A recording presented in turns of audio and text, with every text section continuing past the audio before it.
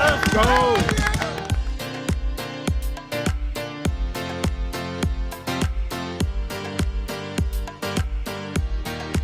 Boston.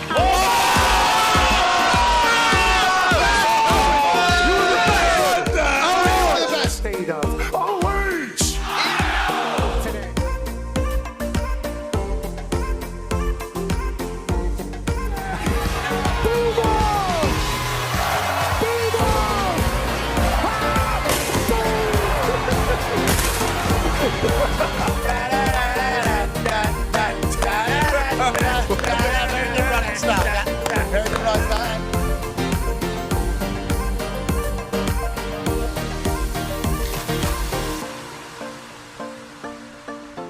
In Berkeley, California. You got it.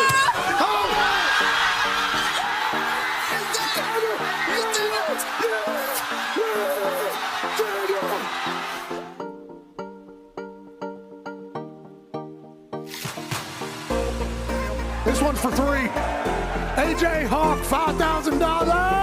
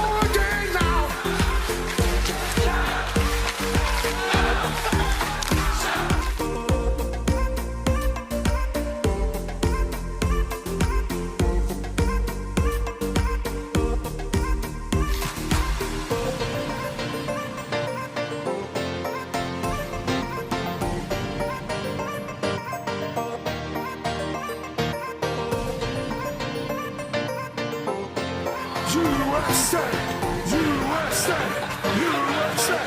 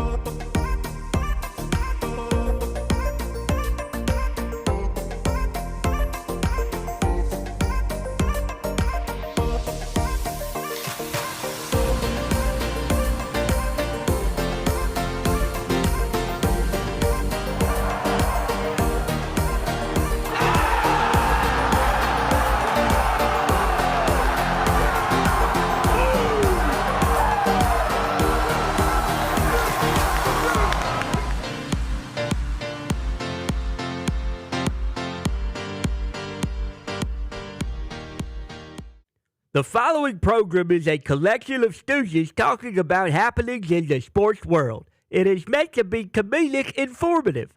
The opinions expressed on this show do not necessarily reflect the beliefs of their peers, their boss, or ESPN. There may be some cuss words because that's how humans in the real world talk. If you are young, please seek permission before watching any further. Hey.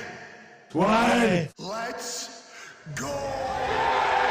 This show stinks, and the fact that you listen, we are very, very thankful for it. McAfee on the line with a gorgeous assist. The all-time leading tackler for the Green Bay Packers. You ping.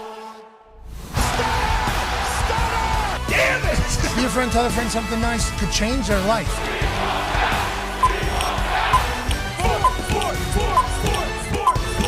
Hello, beautiful people, and welcome to our humble abode, the Thunderdome. On this Feel Good Friday, May 8th, 2026, this sports program begins now. Sports are the greatest. We're so incredibly lucky that we get a chance to chat about them every single day. We hope you have had a fantastic week, and I hope you're ready for the greatest weekend of your life. Why? Because it's the next one. Let's go ahead and enjoy the hell out of it. Sports are going to deliver for us all weekend, just like they have all week. We'll have a couple recaps of the things that we liked this week and the things that we thought were hilarious this week. We'll also chit-chat about things that happened last night in the sports world. Just know this. These Caniacs, okay, on a little bit of a run right now in the NHL. Feels like there might be a Carolina, Colorado collision coming for the Cup in just a matter of weeks. Hurricanes beat the Flyers 4-1. They have now won 7 straight to start this particular playoffs. It's a special story in a special town with a special fan base that's excited to maybe lose their mind at a Stanley Cup dream.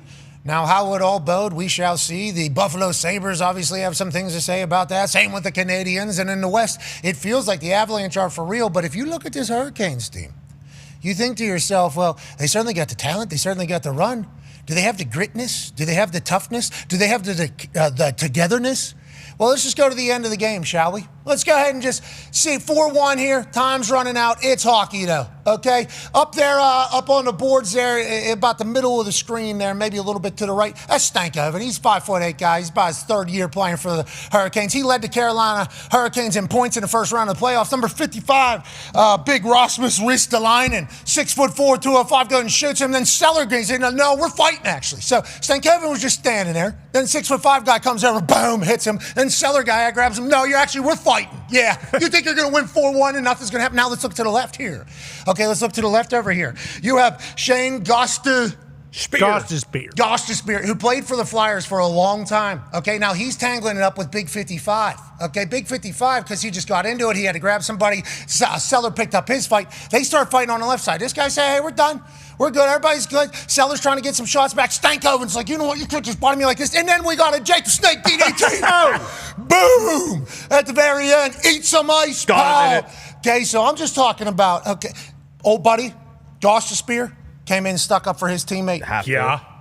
Stankoven, 5'8", okay, getting bodied there by 6'4" guy, and then passed off to Seller, who jumps in and forces him to fight. So you saw at the very end of that, Stankoven's throwing lefts at the end. We got Jake the Snake Roberts DDTs happening. It feels like the Canes. Yeah. Flyers are big, strong, tough, bully team. Physical team. The Hurricanes, I think they're talented, and obviously these boys are ready to brawl. I think that's what I saw after as the game was ending. And anytime you get a chance to see one of these in real life, you know that boom could be dead.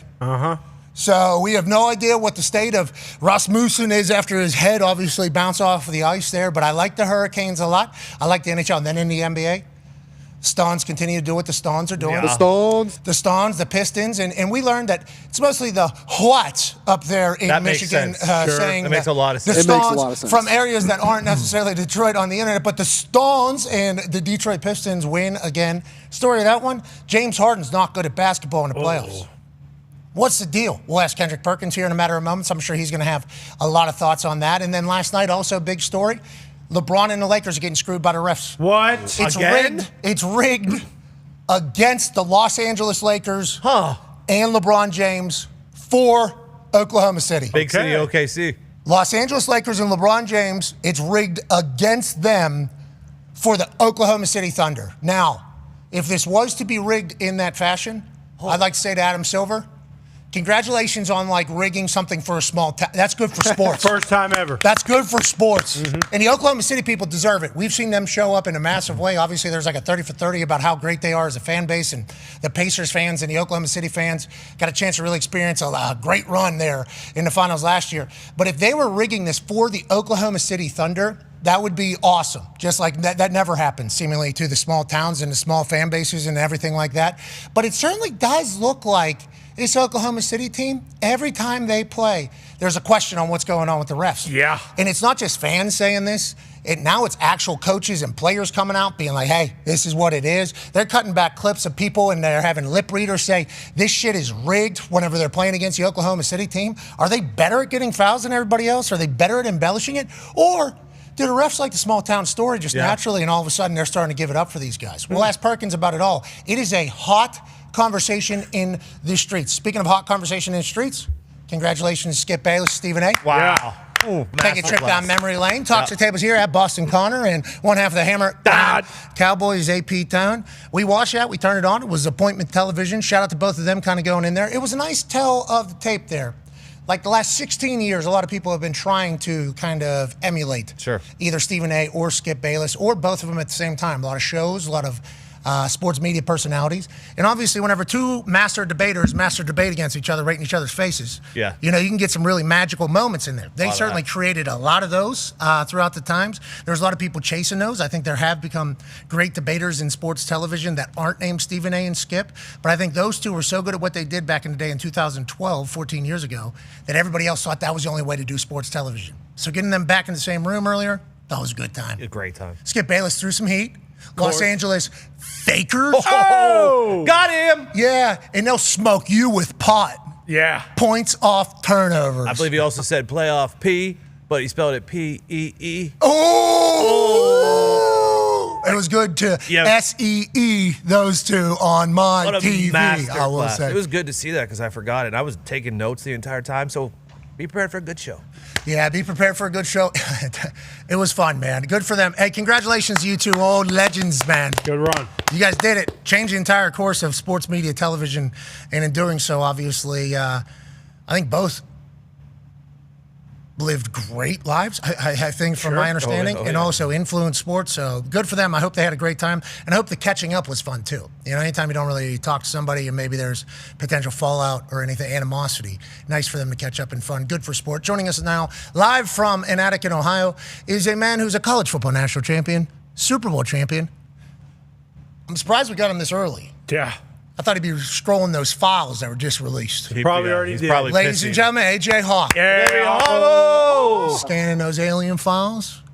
Yeah, I mean, has anything new come out? Have you checked them out in depth? I haven't seen anything new. So what I found, because I've been eagerly awaiting this day for a long time. I think anybody that knows me knows that this is probably the one thing I've been thinking about, from the beginning and openly talking about. Just wondering, as somebody that did a lot of moon watching, as somebody that didn't fall asleep much and was just looking up, just always wondered, and obviously certainly had an open mind. And then you hear some people talking, it's like, okay, let's go ahead and do this.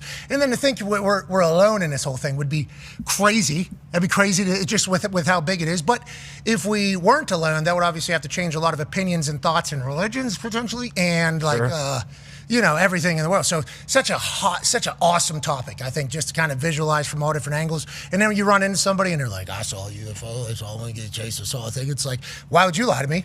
I don't know why you would lie to me. Yeah. Feels like you have a pretty important title. You're not a complete whack job. And then, the internet kind of does what the internet does. And now you don't know what's fake and what isn't real. And then they put out this entire UAP, unidentified aerial phenomena, files out. It's like, okay, what's real in it? What now? Mm-hmm. Yep. Who's going to go? Joe Rogan's going through? Who's going through this to tell me what is real, what is not? What's inside those craft? What's inside the craft that we see on the video? That's what I want to see. Like, show me what's inside. Yeah, what if we get a look inside? And actually, just like it's been right in front of our faces, there's 45 Wembies just in a bunch of these things. Yeah. Just kind of waiting to come down and just do whatever. What if he is an actual, his symbol is an alien. We've been watching him. He has to be. Mm-hmm. Guy's hanging with monks and Kevin Garnett. Look at the graphic. And his logo is an alien head. What if in these files, inside one of these things that they're showing us floating around in the United Arab Emirates, over there by the nuclear facilities, all that type of stuff, what if inside it's just a bunch of little Wembies, and they're just training their hands, training their feet, doing all that, and then boom, they grow. What if the other one is just a bunch of little Elon Musks? Yeah, we're never going to know. It's possible. Well, we're never going to know unless who tells us. I have a good idea. Who's the guy from Blink-182? Yep, he is the guy. Tom DeLonge. Tom DeLonge. We need Tom DeLonge to get in there and tell us if Wemby is a part of these files. Please, sir. If I were Lazar, too, we need his ass in there. If I were President Trump on June or July, whenever it is, I would trot two of these things out for the UFC and co-main event. At the White House? Yes. Maybe they've already been trained. That would break everything. Yeah, maybe that's what this is all a lead up to. Somebody has to go through those files, but also somebody needs to talk about sports and how the aliens will affect sport, and we will always be the ones to do that. Right, AJ? Haven't we been pretty clear about this? Yeah, from the jump, we have always said we will be that show. And if these aliens start to think they're tough, remember, ain't none of them could beat any of us in an Oklahoma drill. No way. So if we need to alpha these things, look at their baby little necks. Come on now. Snapping them. Could you imagine with your Cobra? 7 inches around. Oh, yeah, head and hands all day long on those guys. Boom. And I think about just, like, especially you, with the way you were built. Like, think about the leverage we'll have on these things, whether they're little tiny things or if they grow into their full size. No matter what, yeah. And they don't fucking get gravity. No. They're coming from a place that doesn't have You our think they gravity. can wrong arm? Yeah, right. They can't set an edge? No way. Good luck. And I had an affliction shirt. I could armbar one of Yes, these things you if I can. had to at one point. Chokehold. Right, Age? Yeah, I mean, I cannot wait to see the first time that we have an encounter with the true alien and someone like Brock Lesnar chokes him out. Yes, that's what I'm saying. We have representatives, I think, that we can send out there that will protect us. Now, if something in these files tells us we need to be worried a little bit, I would like to know somebody needs to go through these things, okay? Somebody needs to let me know what I need to know. Now, that's part of the problem. Yeah, exactly. That's part of because now who's gatekeeping information that's already been out? Double-edged sword. There are a lot of issues here. All right, I'm reading them this weekend. Here we go. Okay. Joining us now, ladies and gentlemen, is a man who, he probably knows more than we do about this entire thing because it feels like his league that he played in for 15 years filled with aliens. Mm-hmm. Yeah. All over the place. He might be one. Yeah, who knows? Straight out of high school, this guy. Big boy. NBA champ, this guy. ESPN basketball pundit all day, every day during the NBA. Ladies and gentlemen, Big Perk. Yeah, Big Perk. How you doing, Perk? Yo, what up? Anything about the UFO files? You think any, what if Wemby actually did pop out of one of those things and they got a file out of that thing? We don't know. I'm trying to, I was just listening. I got to catch up on all this. You know what I mean? I'm tunnel vision right now. Nothing in the outside world matters to me. Football, baseball. I love that. That's actually outside world. Yeah, actually, yeah, I respect that kind of unless they're in our oceans inside of us, which is also part of the conversation, which you'll dive into if you were to catch up. It's going to take a while. I think you should wait till after the playoffs. Let's talk about the playoffs. Oklahoma City team cheats. The Oklahoma City team just cheats all the time. The refs are rigging these games for them to win to get more fouls. And last night, it did feel as if it was a showcase of being pissed off about the refs from the Lakers. Now, J.J. Redick, former fiery player, I think him being a head coach certainly doesn't help the fact that, he probably operates a little bit differently with the refs than maybe some other head coaches would that come up through the coaching ranks in a different fashion. I think he's a little bit more comfortable with knowing who they are. But it was certainly a display of, hey, you guys are ass. And then Austin Reeves afterwards, they circle these refs, don't let them leave, and say, hey, we got more to say to you actually before you get out of here. This felt big. This felt like a really big deal to me. Perk, how did you view it all, and why is this always the conversation around these Oklahoma City Thunder teams? Well, number one, let me say this. I love when JJ throws those temper tantrums on the sideline. Those are the classic moments. If we could bring up a top 10 of JJ rants and his temper tantrum moments, that would be great. Okay, that's number one. Number two, we have a problem. We have a serious problem right now, and that game last night highlighted it. I believe that I love Adam Silver. I think he's the best commissioner in sports. I love that, he's a man of the people. And with that being said, he's going to have to listen to the people.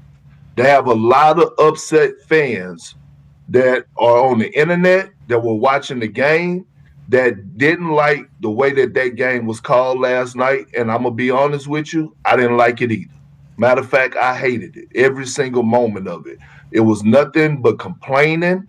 It was a lot of flopping going on. It was a lot of no calls. And here's the thing, right? When you get players, and this has been a trend throughout the postseason, calling out officiating, you have to address it. And it's not just addressing the players with fines. That's one thing, but the officials got to have some level of accountability. And also, you don't want to get to the point where fans are sitting up here talking about the game is rigged, because we do have to take in mind that what's one of the biggest, things that make the biggest money makers out there? Yeah. Betting, sports betting. So we don't want to start messing and having fans thinking that it's something going on with the integrity of the game.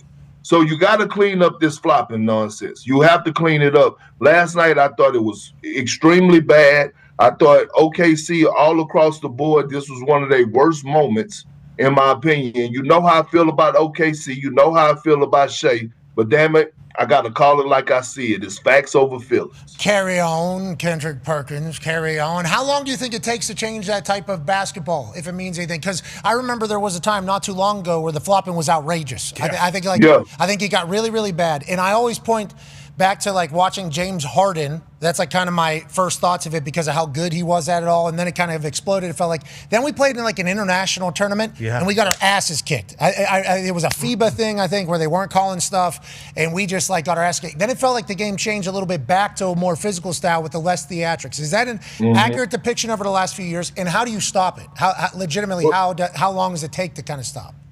Well, you got to get back to enforcing the rule of finding guys for flopping, because let's be real. Let's call it how it is. Marcus Smart, LeBron James, SGA, Luke Dort at some moments, even Chet last night. All of those guys then had moments of flopping.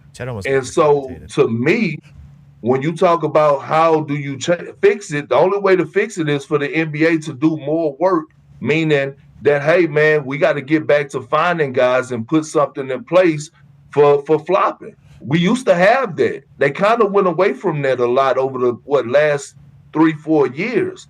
But when you get back to that moment of you're going to find guys for flopping, then you clean up the game. I'm an old school type guy. I want to see physicality. Yeah. You know what I mean? I want to see guys get it in the mud, get it in the trenches, earn, not given, right? And so Again, the only way to clean it up is that the league is going to have to do more work, meaning that they're going to have to take a deeper dive into this, put the fines back in place for flopping, and I think it will work. Go ahead, AJ. Yeah, Perk, we heard JJ after the game talk about LeBron being, so big and physical. He may be penalized at times because he is so big, and he did mention some younger guy, or smaller guys, I should say, have theatrics at times on the court. Do you think LeBron, is that a situation is that real? Because he is so big and dominant, he may not get the fouls that he should? Well, no, you know what LeBron is experiencing? He's experiencing, the old guy, right? And when I say the old guy, I played with a lot of Hall of Famers. I played with, Paul Pierce, Ray Allen, KG. And I started to see the same trend with them when they was on their way out the league. Like, as you tend to get older, in those, 16 to 20 years played in the NBA, you don't start to get those. You don't get those calls you used to get when you was in your prime. That's just part of it. KG used to be mad. Paul Pierce used to be mad. And they used to say, oh, these young guys getting it. We see it, yeah. And if you go and look at the history of the game, as guys got older, they wasn't getting those quote-unquote superstar calls that they used to get when they was in their, late 20s, early 30s. That's just part of it. It's part of the process. So it's part of the league saying, hey, it's not your league no more, kid. Okay, yep. Watch what it's like to be the sixth guy. Yeah, and you're out of here. That's what this is like all of a sudden. LeBron, we appreciate your service to the league, though. Keep going, bro. Absolutely. And on that note, you ain't getting shit. Okay? No. You're currently, nobody else on your team is. When Luka gets back, Luka will get calls. Okay, so you just need that hamstring or whatever to heal as quickly as possible. Okay, let's stay in the old man conversation, shall we? James Harden. Okay, everybody says what they're saying. I love James. Go ahead, Pat. I love James Harden. Me too. Okay, I don't know him personally. I only know him from outside looking in, from his life, every moment that he has, basically, that is documented and gone viral, I've seen and appreciated. Everything from being in a Sprinter van with the Christmas gifts, or the gifts whenever they said he was 400 pounds, to everything with, him in France at the fashion show. His lady getting the bouquet of flowers at the wedding. Everything about him, okay? they're throwing a lot of numbers at me saying he's ass in the playoffs. Like, people are throwing a lot of numbers at me right now. So super stats people are telling me that this guy sucks in the playoffs. And I don't like it because I'd like to see James Harden go crazy. What's that? Well, and just to clarify on that stat, okay, Bob Cousy was basically the only one shooting the ball for the Celtics. All right, so let's not hold on, throw no. any shade towards him, okay? Okay, and before we get to James Harden, I guess we should talk about how sometimes there are some ricochet shots that do get taken whenever stats are getting dropped. Yeah. Perk, how's the week been? Have you been okay? Your name's getting thrown in some stat conversations. You don't even have a microphone in front of you at the time. That's what I'm saying. I'm catching strays, and I'm like, oh, okay, cool, whatever, man. You know what I mean? I'm glad. Hey, you know what? I'm glad I'm on their mind. I'm living rent-free. That's all I can say. Well, certainly in the history books, and it should be that way forever with you. But let's get back to James Harden. They're throwing a lot of numbers at me telling me he's ass in the playoffs. Why is that? Is it because, like, defenses are preparing for him? Maybe why do you think he does see the downfall a little bit in the playoff time as opposed to regular season? And Stones, is this team, the Pistons, are they stoppable at this point with figuring out how to play basically again? So let me say this. You have guys that are built for 82 games, and you have guys that are built for 16 games for the postseason. And the postseason is going to expose those guys who heart pumps Kool-Aid and who hearts pump blood. And right now with James Harden, his heart is pumping Kool-Aid. And look, it's not really a knock on him. I think James Harden is past his prime. The person that I'm pissed off at the most is Kenny Atkinson. Because my thing is, at this point, why are you not putting the team first? And when I say putting the team first, if James Harden has been horrible over, I think, the last 4 or 5 games straight, he's been horrible with his turnovers and everything, defensively, all that. At some point, you have to make a business decision and do what's best for the team.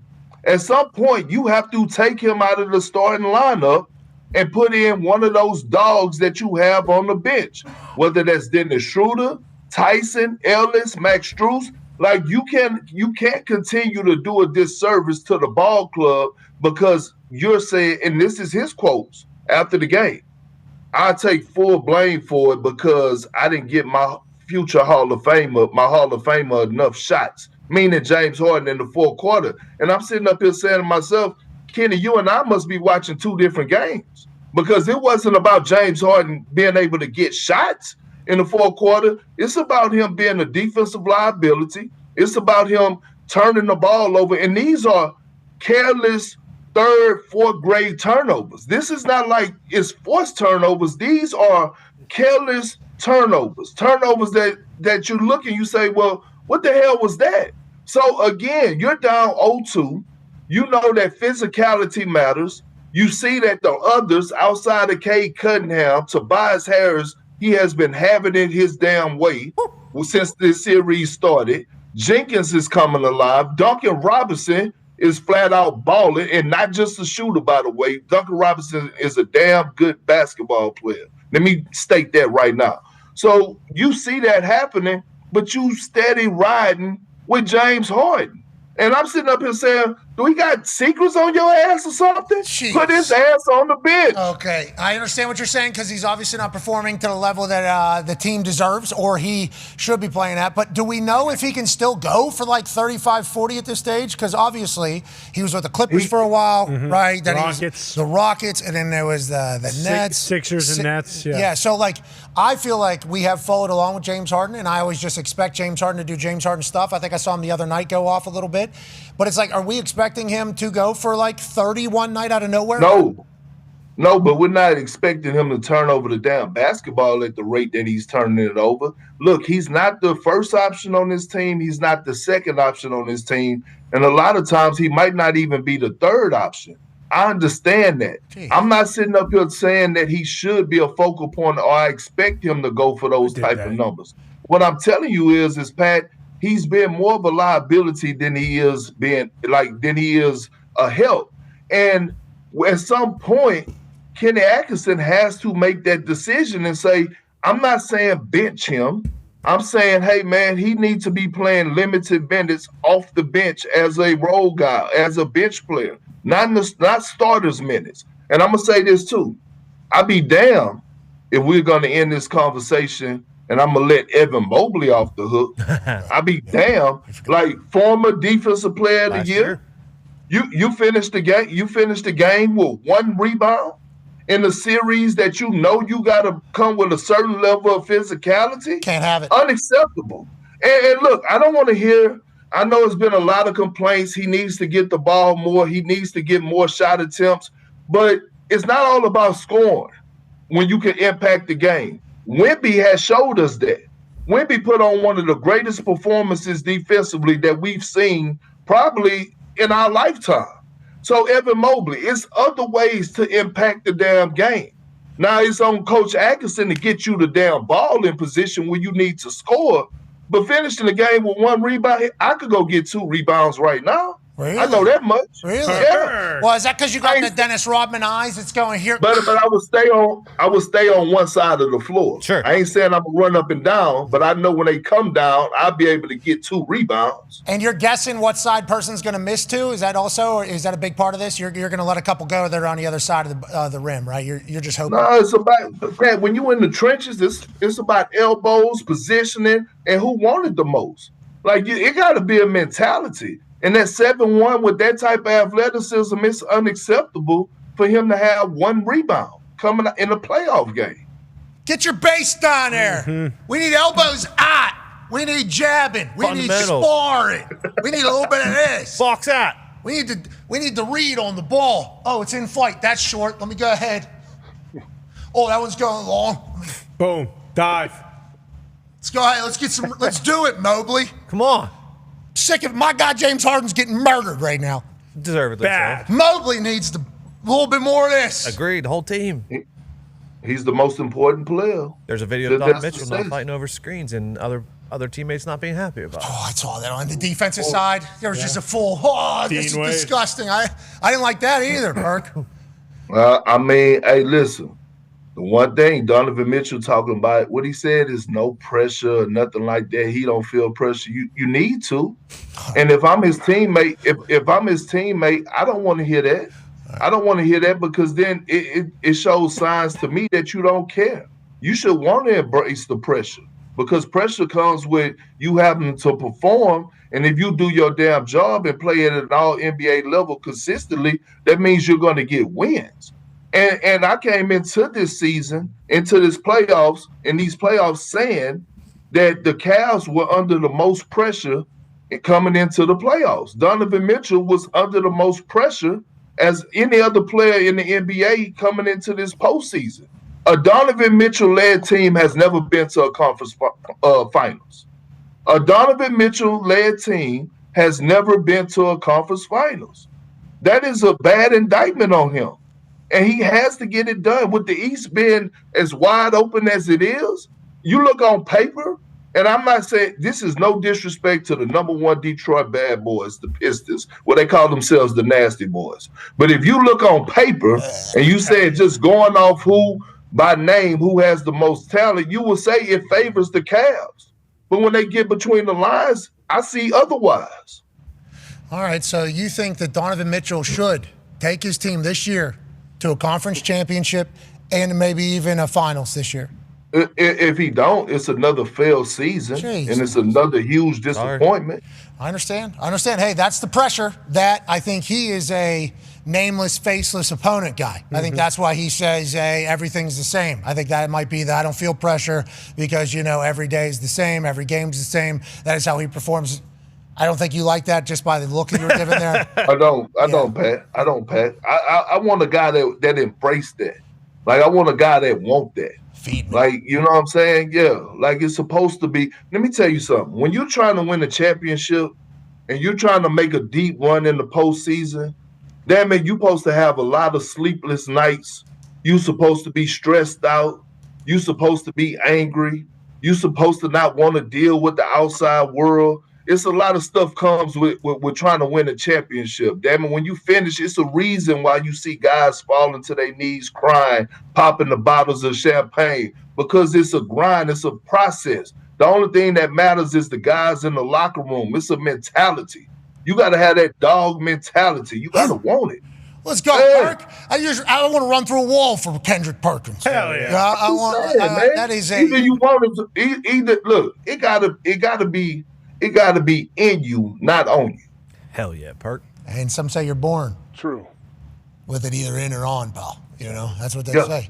But I've met a couple of the nameless, faceless opponent people who are super hippie that have become killers. But usually, everybody that's a killer is exactly who you think they are. Yeah, and they go. Is that right there, what you just said? You know, Peyton Manning still is a psycho. That guy is an absolute psychopath. It is, in a good way. These are good things. Nelly Korda, who might go down as the best LPGA golfer, she said the other day, I'm a psycho. You know, you watch The Last Dance with Michael Jordan, psycho. LeBron James is 41, psycho. Wayne Gretzky, psycho. Tiger. Serena Williams, psycho.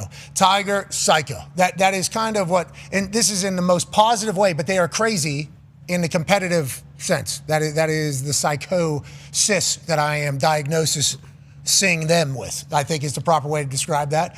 But it is a little, what you just described there, I would like my daughter and future baby boy to listen to, like, hey, this is what you need to be the greatest of all time. Can Spidey get it done? We shall see. Let's go to the West, the guy that has all those things, it feels like. Go ahead, Con Man. Yeah, Perk, he's talking about Wemby and also possibly Ant. It feels like the Minnesota and Spurs kind of combination of the two are that exact thing, and they both want that moment, want that pressure. What do you think about the series now? You said if Minnesota won Game 2, then they would probably sweep. They didn't. Spurs get it done. Is this probably heading to 7? We got Game 3 tonight. What are you expecting? And do you think the Spurs kind of go on a road, make another statement, or do you see a big bounce back for Ant-Man and the Wolves? Well, look, I believe we're in for a brawl for it all. I think this series is going to go 7 games. And the most important thing that I took away, the biggest takeaway that I had from that game was they started talking noise. They started getting in the trenches and mixing it up a little bit.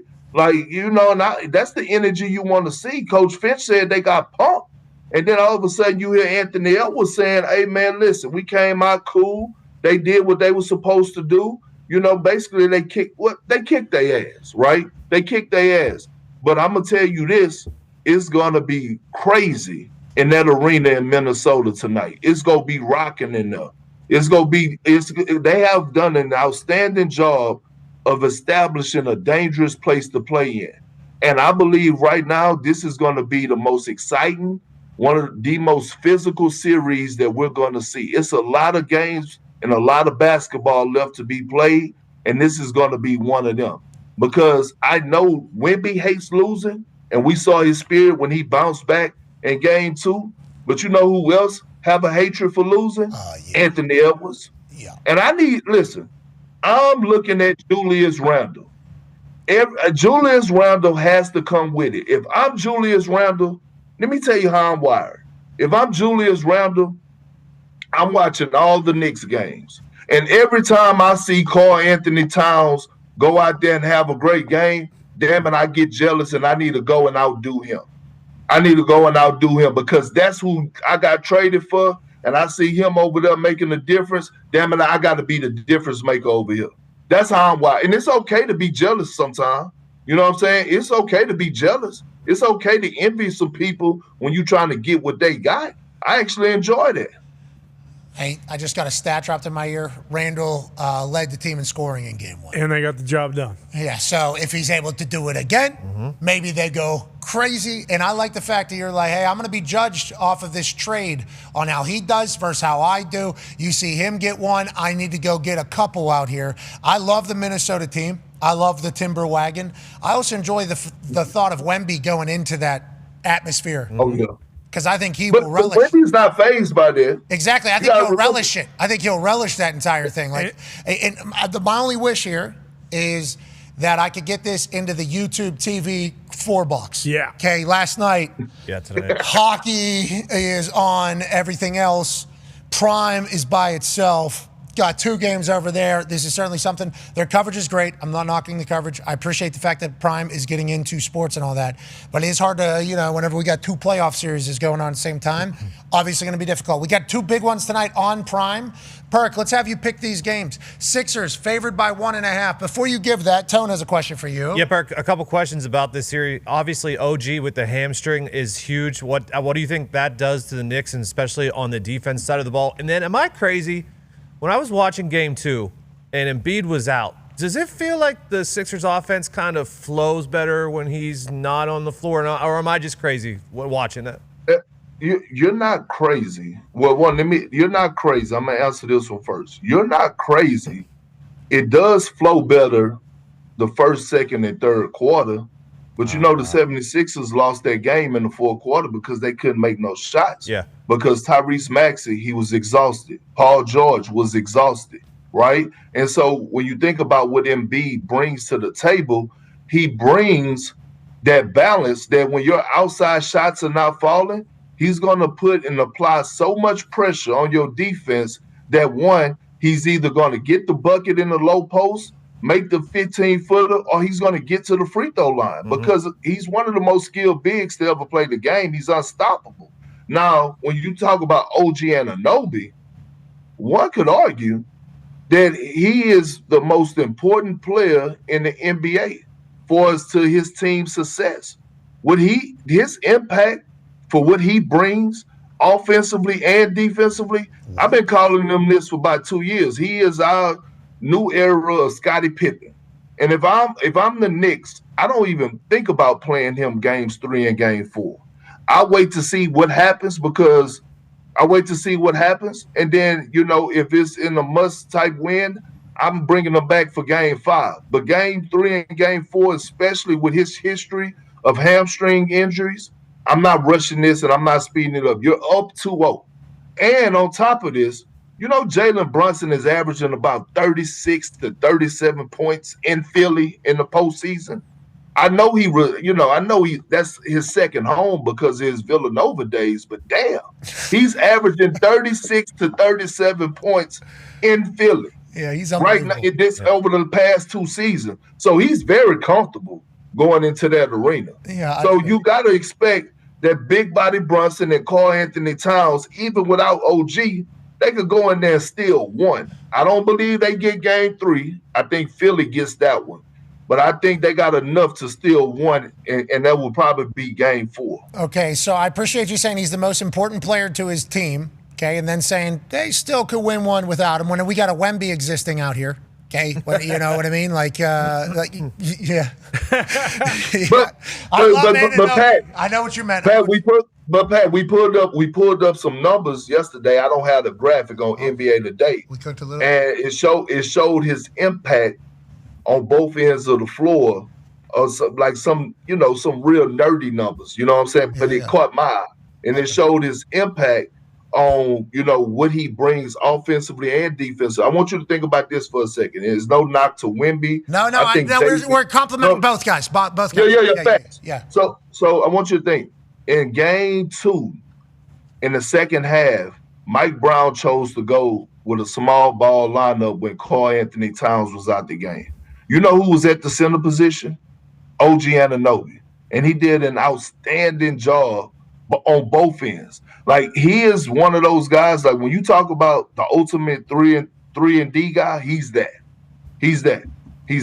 We need to put a little bit more respect on OG Anunoby's name, is what Perkins was just saying there. Hey, they are quick over here. Yeah. Shout out to the production crew. Add it back, boys. Add it back. Good work, Foxy. On target. Yeah. Shout them out. Hey, Bruce, also the guy in charge of flipping through the Hembo stats here, massive Knicks fan. So he could not wait to get this thing. Okay. This thing had been sitting in queue here for about, this most underrated player in the league, OG Anunoby. There it is. He couldn't wait. That's not what the graphic said. Well, yeah, no doubt. Highest true shooting percentage by 20-point per game score in playoff history, says OG Anunoby. Good luck to him in his recovery. I also appreciate the fact that you're saying, let's go ahead and rest that guy for the long term. Okay, so who do you got? Let's hear your picks then for tonight's games. You like So I got the 76ers. I got the 76ers. Yeah, they're going to protect the crib, even though it's going to be infested with a lot of Knicks fans. Okay, I got the 76ers. But then in that Minnesota game, I got Minnesota. They coach called them out. It's going to be rocking. He said they got pumped. they will respond. Anthony Edwards, even though he gives the best post-game interviews that I've seen in a long time, he had a little smirk on his face, but he was pissed off. I think it's going to be close, but I think, Anthony Edwards and the Minnesota Timberwolves go pull it out. The role players, Bones Holland, Terrence Shannon, they're going to make shots and play better at home. They're going to feed off the energy of the crowd, and Minnesota is going to go up 2-1 after tonight. All right, we appreciate the hell out of you. In a robe right now? What are you? I'm in the green room. I tried to get my lighting together, but sometimes, Sure. with the haircut, I ain't got my makeup on yet. Sometimes it just don't work, Pat. But hey, look, Park, you don't need one thing. You don't need. You know what they tell me? Hey, you know what they tell me at my church, Lighthouse, right? Come as you are. Come as you are. All welcome. We appreciate the hell out of you. Carry on, ladies and gentlemen. Kendrick Perkins. Yeah, Perk. He's a legend. The best. Beast. The best. There was a time where he was potentially in our studio once a week. Mm-hmm. Do you remember that? He came once. Oh, yeah. First week he had it. That would have been incredible. Him in here once a week, just experiencing Kendrick Perkins would have been phenomenal. What a home run. He'll say it. He doesn't care. With his chest. Mm-hmm. He will say it. How do you describe Perk? Open. Yeah. I think wide open. He is very willing to kind of say it, which is why we enjoy him. And he'll always have some hilarious angle in which why he is speaking the gospel and why he is right and you are wrong. I think a lot of people didn't necessarily love his delivery because it isn't like straight out of a journalism playbook. So I think they wanted to hate him. I'm telling you, hard to hate Perk. Unless you are directly being attacked by him, which I could see how current players would certainly hate him. Donovan Mitchell could certainly hate Kendrick Perkins. Yeah. I could see how he would potentially be like Julius Randle just led the team in scoring in game one. Yeah. Okay, he could certainly do that. But for all of us, it's like Perk, willing to say it, does the research, does the work, and delivers in his own unique style. And he's a champ, 15-year player. It's like we love Big Perk. Yeah, growing up, Kendrick Perkins was the guy for the Celtics as far as like enforcer and guy that's just going to go out there and embody people. That was not about that. It was. I just saw the view of the person that's about to join us right now. I'm so sorry. We love Perk. I love you. You love Perk. Wait, ladies and gentlemen, joining us now, senior NFL insider for ESPN, Adam Schefter. Yeah, Schefter. What's going on, guys? Oh, gee. All right. Okay. Maybe Schefter. Where are you, Schefter? What do you got going on here, pal? You're under an umbrella of sort?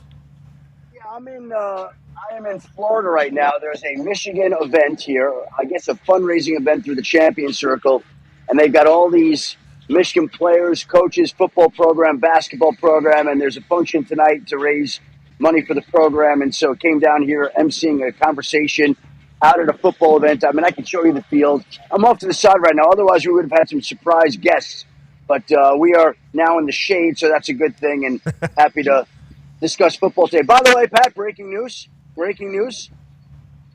It looks like the NFL and the NFLRA have reached an agreement. We should hear word of that fairly soon, but that's going to come down soon. The league will be able to avoid replacement officials, but there's some information going around right now that agreement has been reached, and I would imagine we're going to hear about that very shortly. Way to go, NFL. Thank you for the news, Schefty. As you're at a Michigan Let's Fund a Better Football Team event happening down there in Florida for the Refs Association to ratify the vote. I believe the voting hours or window opened last night because I thought we'd get an answer last night. I guess it was just a window opened. I don't know if it was via email to all of its members, but there was a window closing for when the vote ended. We didn't know when we were going to get a response on that. We thought if they went to a vote, that means they were going to approve it. You're saying they have. That is gigantic news. I don't think, especially with the number of eyes that are on the game now, with the amount of countries that are in on the game, the amount of gambling that's in on the game right now, what happened before with the replacement refs was an embarrassment to our sport, to our league, to everything. It could have ruined everything. Mm-hmm. And I know that the refs knew that. So the fact that they kind of bent and gave in whatever the NFL was looking for, and the fact that the NFL did the same for the refs to make sure they get this done early, I think, here. This is a couple weeks early. Congrats to all parties, Schefty. Legit. That is huge for us as football fans. That is gigantic. And I don't think people really understand how big that really is at this state of time. That's a huge deal, and they're able to avoid replacement officials, and they get the CBA done. And there obviously have been a lot of discussion about how dire talks had been in January, February, March. We're getting texts about it right now, it looks like. Yeah, there it is. Yep, okay, here we go. Okay. The NFL, oh yeah, it's official. 7-year collective bargaining agreement. Congratulations. Just coming in right now. Congratulations, NFL and the NFL Ref Association. Yeah. Huge. 7 years you have agreed to keep the league, to keep the integrity of the game together. You two, great entities, have come together to become better officials with more accountability and a little bit more advancement of technology. Mm-hmm. And you, as a league, having the best officials in the world would be a great thing to happen. So you two agreeing to do that, congratulations and thank you. Hell yeah. It's official, say Schefter on a beach down there in Florida next to a football field. It's official. Yeah, in fact, Pat, we're going to tweet it out right now as we're going. We're going to put it on the ESPN alert. You're going to get all the news here on all the platforms as we're doing this, because this is what we do. We try to multitask, so we're going to send out all the information everywhere. Well, how's the Wi-Fi down there? Yeah. The Wi-Fi's bad. Wi-Fi's bad. Wi-Fi's all right. The tweet is up. The NFL and the NFL Referees Association have good picture. Yeah, go ahead. Keep going, Pat. Well, I was going to read your tweet there that you were either typing up or you had your talk to text, which is why you were talking in a text form whenever you told us that the news was breaking. Whatever the case, 7-year deal. The current deal was scheduled to expire on May 31st. It goes through 2032. Congrats to all parties. And I love the photo you chose to use there. Yeah, good compromise. They all look kind of pissed. Yeah, kind of pissed, but also understand they got to work together. Yep. Yeah, and I think everybody's happy here. This is good news for the league. This is good news for everybody. This is good news for ball. Yes, it is. Yep. Congrats to football. Congrats, football. We won today, football. Okay, let's talk about some other football news as you're standing next to a football field in Florida about to raise millions and millions of dollars for the Michigan athletics program, which is not just football, by the way, a lot of Olympic sports, and you can act like it's a good thing and for the future and all that. But what they're doing right there is showcasing why they are going to be able to continue to compete in athletics in college and some other places won't. This comes fresh off the news that the University of Michigan were one of the initial investors of OpenAI, and now their investment is worth $2 billion. The University of Michigan invested early in OpenAI. Okay, I don't know how they have an investment fund at a University of Michigan, but obviously they do. That makes sense that they have that. They found this, they get in on it because of the networks. That is now $2 billion in profit. Who knows if they pull that, if they have that, but that could certainly help you get a quarterback. Pretty good investment. That could certainly help, and Schefter's certainly doing all he can. Good luck to you guys over there in Ohio, AJ. Now let's keep it moving in the NFL conversation. AJ has a question for you, Michigan man. Yeah, Schefter, Juwan Jennings signs with the Minnesota Vikings. I guess how did this come about, and what other teams were possibly in play for Jennings? You know, the interesting thing, AJ, is I was told that there were a few other teams. I can go back and get the exact list. I think it was the Dolphins, the Commanders. There was somebody else that was interested. The Vikings were the only team that I believe he wound up visiting at all. That was the only one. The other team, the Chiefs and Commanders also were interested in Juwan Jennings, also expressed a little interest. Washington, Kansas City, but ultimately he got a 1-year deal for Minnesota worth up to $13 million. It's about $8 million in base pay. And so, look, I think that ideally you want to get these deals done as early as you can in free agency, but he was able to salvage a pretty good situation. And now we got a lot of JJs in Minnesota. JJ McCarthy, who's out here right now. We're going to go talk to him in a little bit. JJ McCarthy, Justin Jefferson, another JJ, Juwan Jennings, another JJ. Like, if you are a JJ Spawn might wind up playing for the Minnesota Vikings this year, for all we know. Yeah, JJ Watt maybe comes out of the Birds couple games. I mean, there's a chance that a lot of these JJs could potentially go cray-cray for the Minnesota Vikings. You just mentioned JJ McCarthy there, who we saw at a Wild game a couple nights ago, going crazy with the lads. And also, incredible, you know what I want, bang. Okay, so we talked about this, actually. The way he took his hand and put it to right here, it was pretty evident what he was looking for. Okay, this is a one-dap slapper here. That everybody in the world understands that. No matter how much chaos is happening here, my guy right next to me shows me this, I know what's coming. Everybody knows this. That's a bang, a boom, and a pow, and we're out of there. Okay, Yeah, I like that he's doing that. That's good communication. Okay, that's good nonverbal communication from this guy. Might lead to better awareness on the field as he continues to grow as an NFL quarterback. There's others that give you a little halfy here, okay? Is that a fucking handshake or a high five or a dap up? What are we doing here? I don't know. Some people, go with the fist bump straight ahead, then open hand, then back to the thing. You're not letting me know what you need. JJ handles the moment perfectly, I'd say. With the, hey, you know what's coming. I'm smacking the shit out of your hand. Guy that has a button down tucked in at a hockey game. So, that is just good stuff. Let's explore that conversation a little bit more. Go ahead, Tone. Yeah, Schefter, with seeing him with the boys being here at the game, it just rattled my brain. Like, is Kyler definitely going to be the starter, or is this an open competition, you think, going into training camp? Well, I think that you're kind of we have more news. Oh. We have more news. Oh, JJ. The NFL has confirmed that the schedule release will take place on Thursday. A week or 6 days from now, Thursday, May 14th, the NFL schedule will come out in its entirety, Pat. So we can begin to get ready for next Thursday. There it is, the news. Like, who would have ever thought Friday at 12:35 that the news is going to be pouring in here? But that's what's going on right now. Well, Schefty, listen, the NFL's 24/7, especially on Friday news dump days. And we know we're in the middle of one of those. May 8th, 2026 in the spring. Got a big weekend of sports ahead. Oh, yeah, and a bunch of NFL shit's about to be dropped on everybody's sports. Aliens and Hanta Fanta. Yeah, you're right. There's a lot of stuff on the internet. News going on. Shout out to the schedule coming out next Thursday. There was a little bit of hubbub about them potentially delaying the schedule release because not knowing what platform the game is on, or maybe they don't know which games are when. Our source says at the league said that was not the case. They was just, we're just still trying to figure it out. There was a comment made on a podcast before the draft by somebody who was like, and that got kind of taken out of context. Now it's official. It's coming out on Thursday. Excited to see what games are when and where. Remember, the division games, okay, the placement of those are always big conversation pieces. Early and late. It used to be division games are kind of as you worked in because they're the most important games. The NFL wanted to start with a bang with division games, so a lot of teams are having their most important, crucial games at the very beginning of the season, which gave us better football, but had very big possible ripple effects very early in the season. I'm excited to see what the schedule masters do this year. Now, back to the question. You can't say J.J. McCarthy's not going to be the starter because he's 10 feet away from you. More breaking news. What?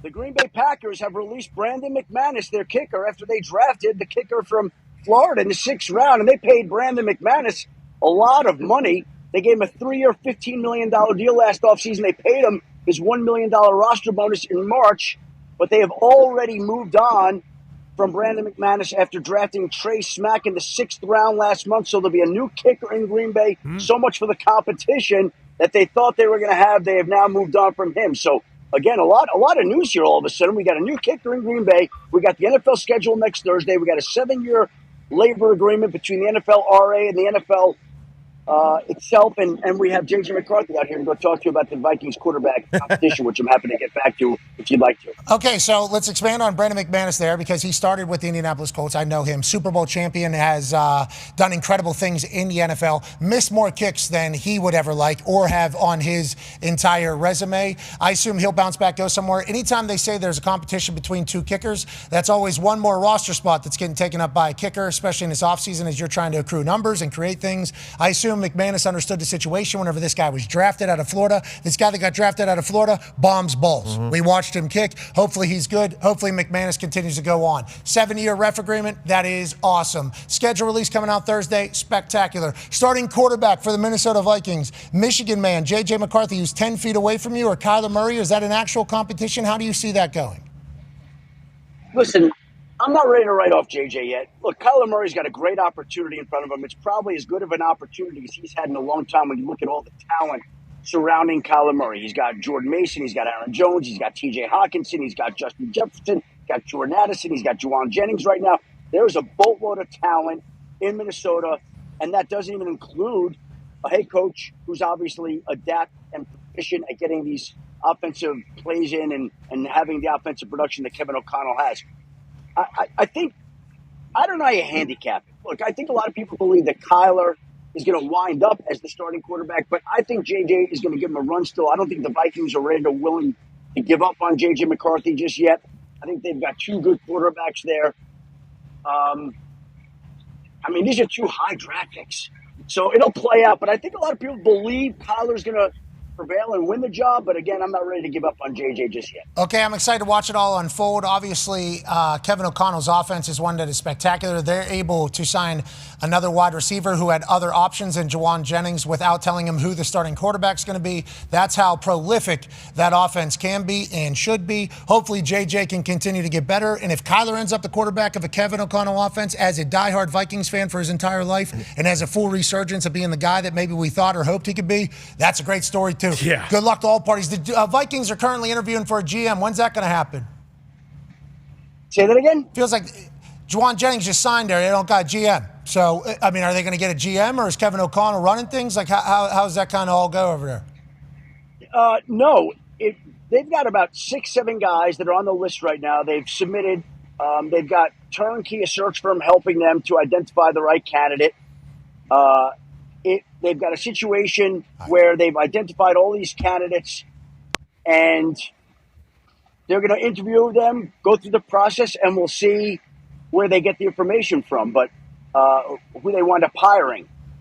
But I think it'll play out here pretty quickly. Rob Brzezinski's the current interim GM. He's done a great job there, and I think somebody that has been overlooked there for a while, they'll have an opportunity. But they've got some really interesting candidates on their list that they've reached out to arrange interviews. Okay, I cannot wait to see how it works out there. Grigson also potentially in there. Former Colts general manager who had, not necessarily the greatest ending in Indianapolis, but did have winning teams. Kind of seemingly had to go back, earn his way back up to a position to be in interviews again. I had a nice chance to catch up with him. Feels like he's a different person where he's at now. Second opportunity is normally good for people in the NFL, or completely asked both times. But I don't think that'll be the case.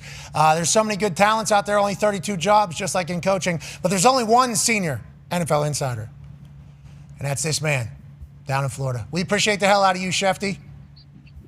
Pat, no more things today. I gave you all I got today. That's all I got today. Well, tonight you need to go give it a little bit more. I think there's a lot of money in that room, Schefty. Let's be smart. There's a lot of money in that room tonight, Pat. A lot of money. Okay, all right. That's Adam Schefter, ladies and gentlemen. Yeah, Schefty. Yeah, I think there is. I think I know where he is. Probably a cool event. I don't know. He's like MC, he's the MC of the whole thing? Yeah, one of the MCs. It sounds like it's a Michigan. Do you go to Michigan? Do you have any tie to Michigan? Can you afford to buy a plane right now if you have to? Why don't you come down here? And Schefter's like, they asked me to MC, and I guess I'm Schefter. Go. Yeah. This feels like a good room to be in, pal. He loves that he's a part of the Michigan. Like, he loves them. There was a chance he was going to be the guest picker for game day for Michigan, and he called me 30 times a day, just like, is this happening? Is this happening? I'm like, I don't know. You got to ask other people. So he's got to be so pumped, as are we. We're back in 3. Take care. And the commissioner, Roger Goodell, making his way to open night 2 of the 2026 NFL Draft.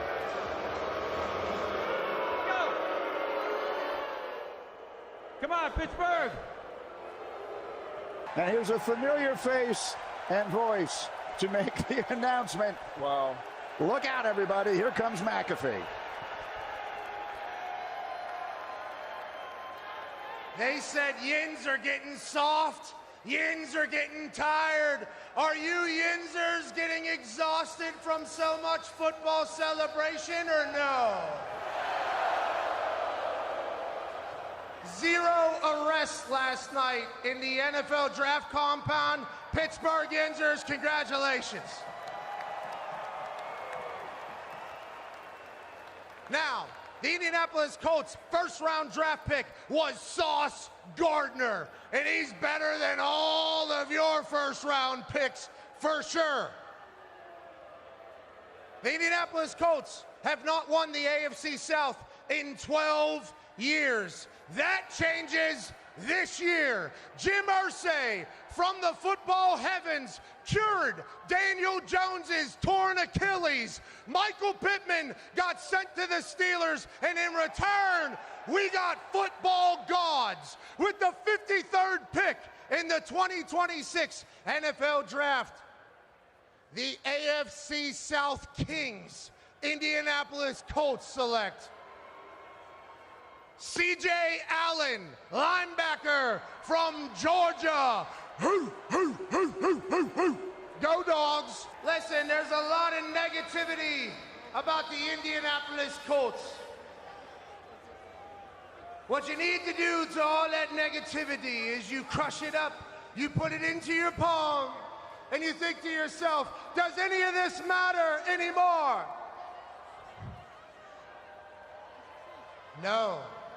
The future is the only thing that matters. The Colts are going to win the Super Bowl this year.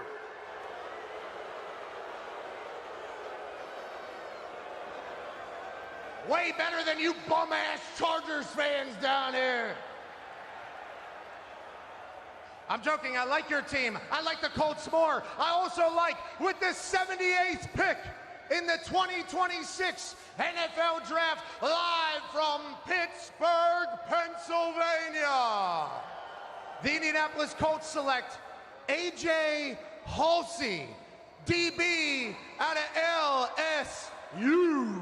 See you at the Super Bowl, bums. Cheers.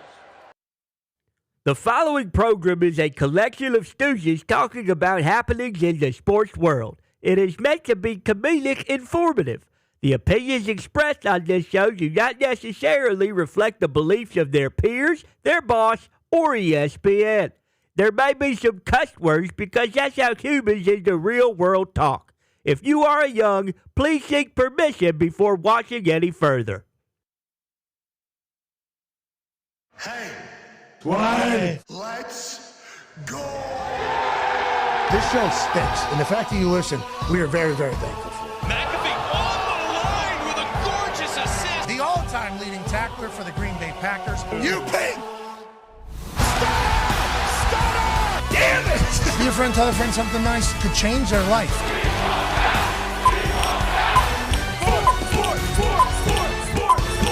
Hello, beautiful people, and welcome back to our humble abode, the Thunderdome, on this Feel Good Friday, May 8th, 2026. Hour 2 of the sports program begins right now. Sports are the greatest. That's A.J. Hawk. Hell yeah. He's the all-time leading tackler for the Green Bay Packers. The Toxic Table's here at Boston Connor. And one half of the Hammer Dahn. Cowboys AP Tone. Ty Schmidt, we love you, buddy. Oh, baby, Ty. Ty and family, hell yeah. Congratulations. The boys in the back, you guys are absolutely crushing it this week. I think we should do a weekly recap thingy. Yeah, for sure. Don't you think we should recap the things that we like and the things that we Yep. think are hilarious, AJ? Is that not something we should do on Fridays? Oh, that sounds amazing. Yes. Do you want to go with the bad or the good on Feel Good Friday first, AJ? I say you start with the good. Oh, I like that. Ladies and gentlemen, it's time for 5 things that aren't ads. Yeah! From this week in the sports world, we looked around the entire globe in the sports universe and found our things that we think should be spotlighted as definitely not being ass. These things are so far from being ass that they're actually being celebrated for not being ass. Let's start in Madison Square Garden. Timmy for 3 at MSG. Known superfan Timmy Chalamet, who's about to come out with an splashy splash. Was that like Dame time there? You almost called it. Obviously, he looks super cool. He doesn't dress like too much of an asshole. Certainly has a little bit of moxie and swag, but has certainly played hoops before, which is what we like to see out of megastars, AJ Hawk. Yeah, I don't even care if the ball goes in. I don't like. Haven't you seen guys where they take a shot but they shot put it and they're not basketball players and it goes in and people freak out? And I'm like, no, it's a terrible looking shot. For Timmy, not only to make the shot but to hit this sweet little step back and look like he's played some ball, like I am very impressed. You stack this on top of the game day thing? Yep. Where he knew ball, clearly understood ball, the way he acts at games, how he crushes everything, the ping pong shit. I mean, it's like Timmy's an athlete who happens to be a superstar. And on that note, we're pulling for you, Timmy. Great shot. Timmy. Keep going, Timmy. Timmy for 3. Cash. At MSG. That feels so good, by the way. Where's camera? Holy fuck. Yep. Thank you. Not bad defense either by his buddy. Even if he was by himself, like if there was no D, I'd be like, that's good. Clean shot. That's definitely not ass. Let's go to another thing that isn't ass. San Antonio Spurs, Timberwolves. Shot clock dwindling. Ooh, Vassell.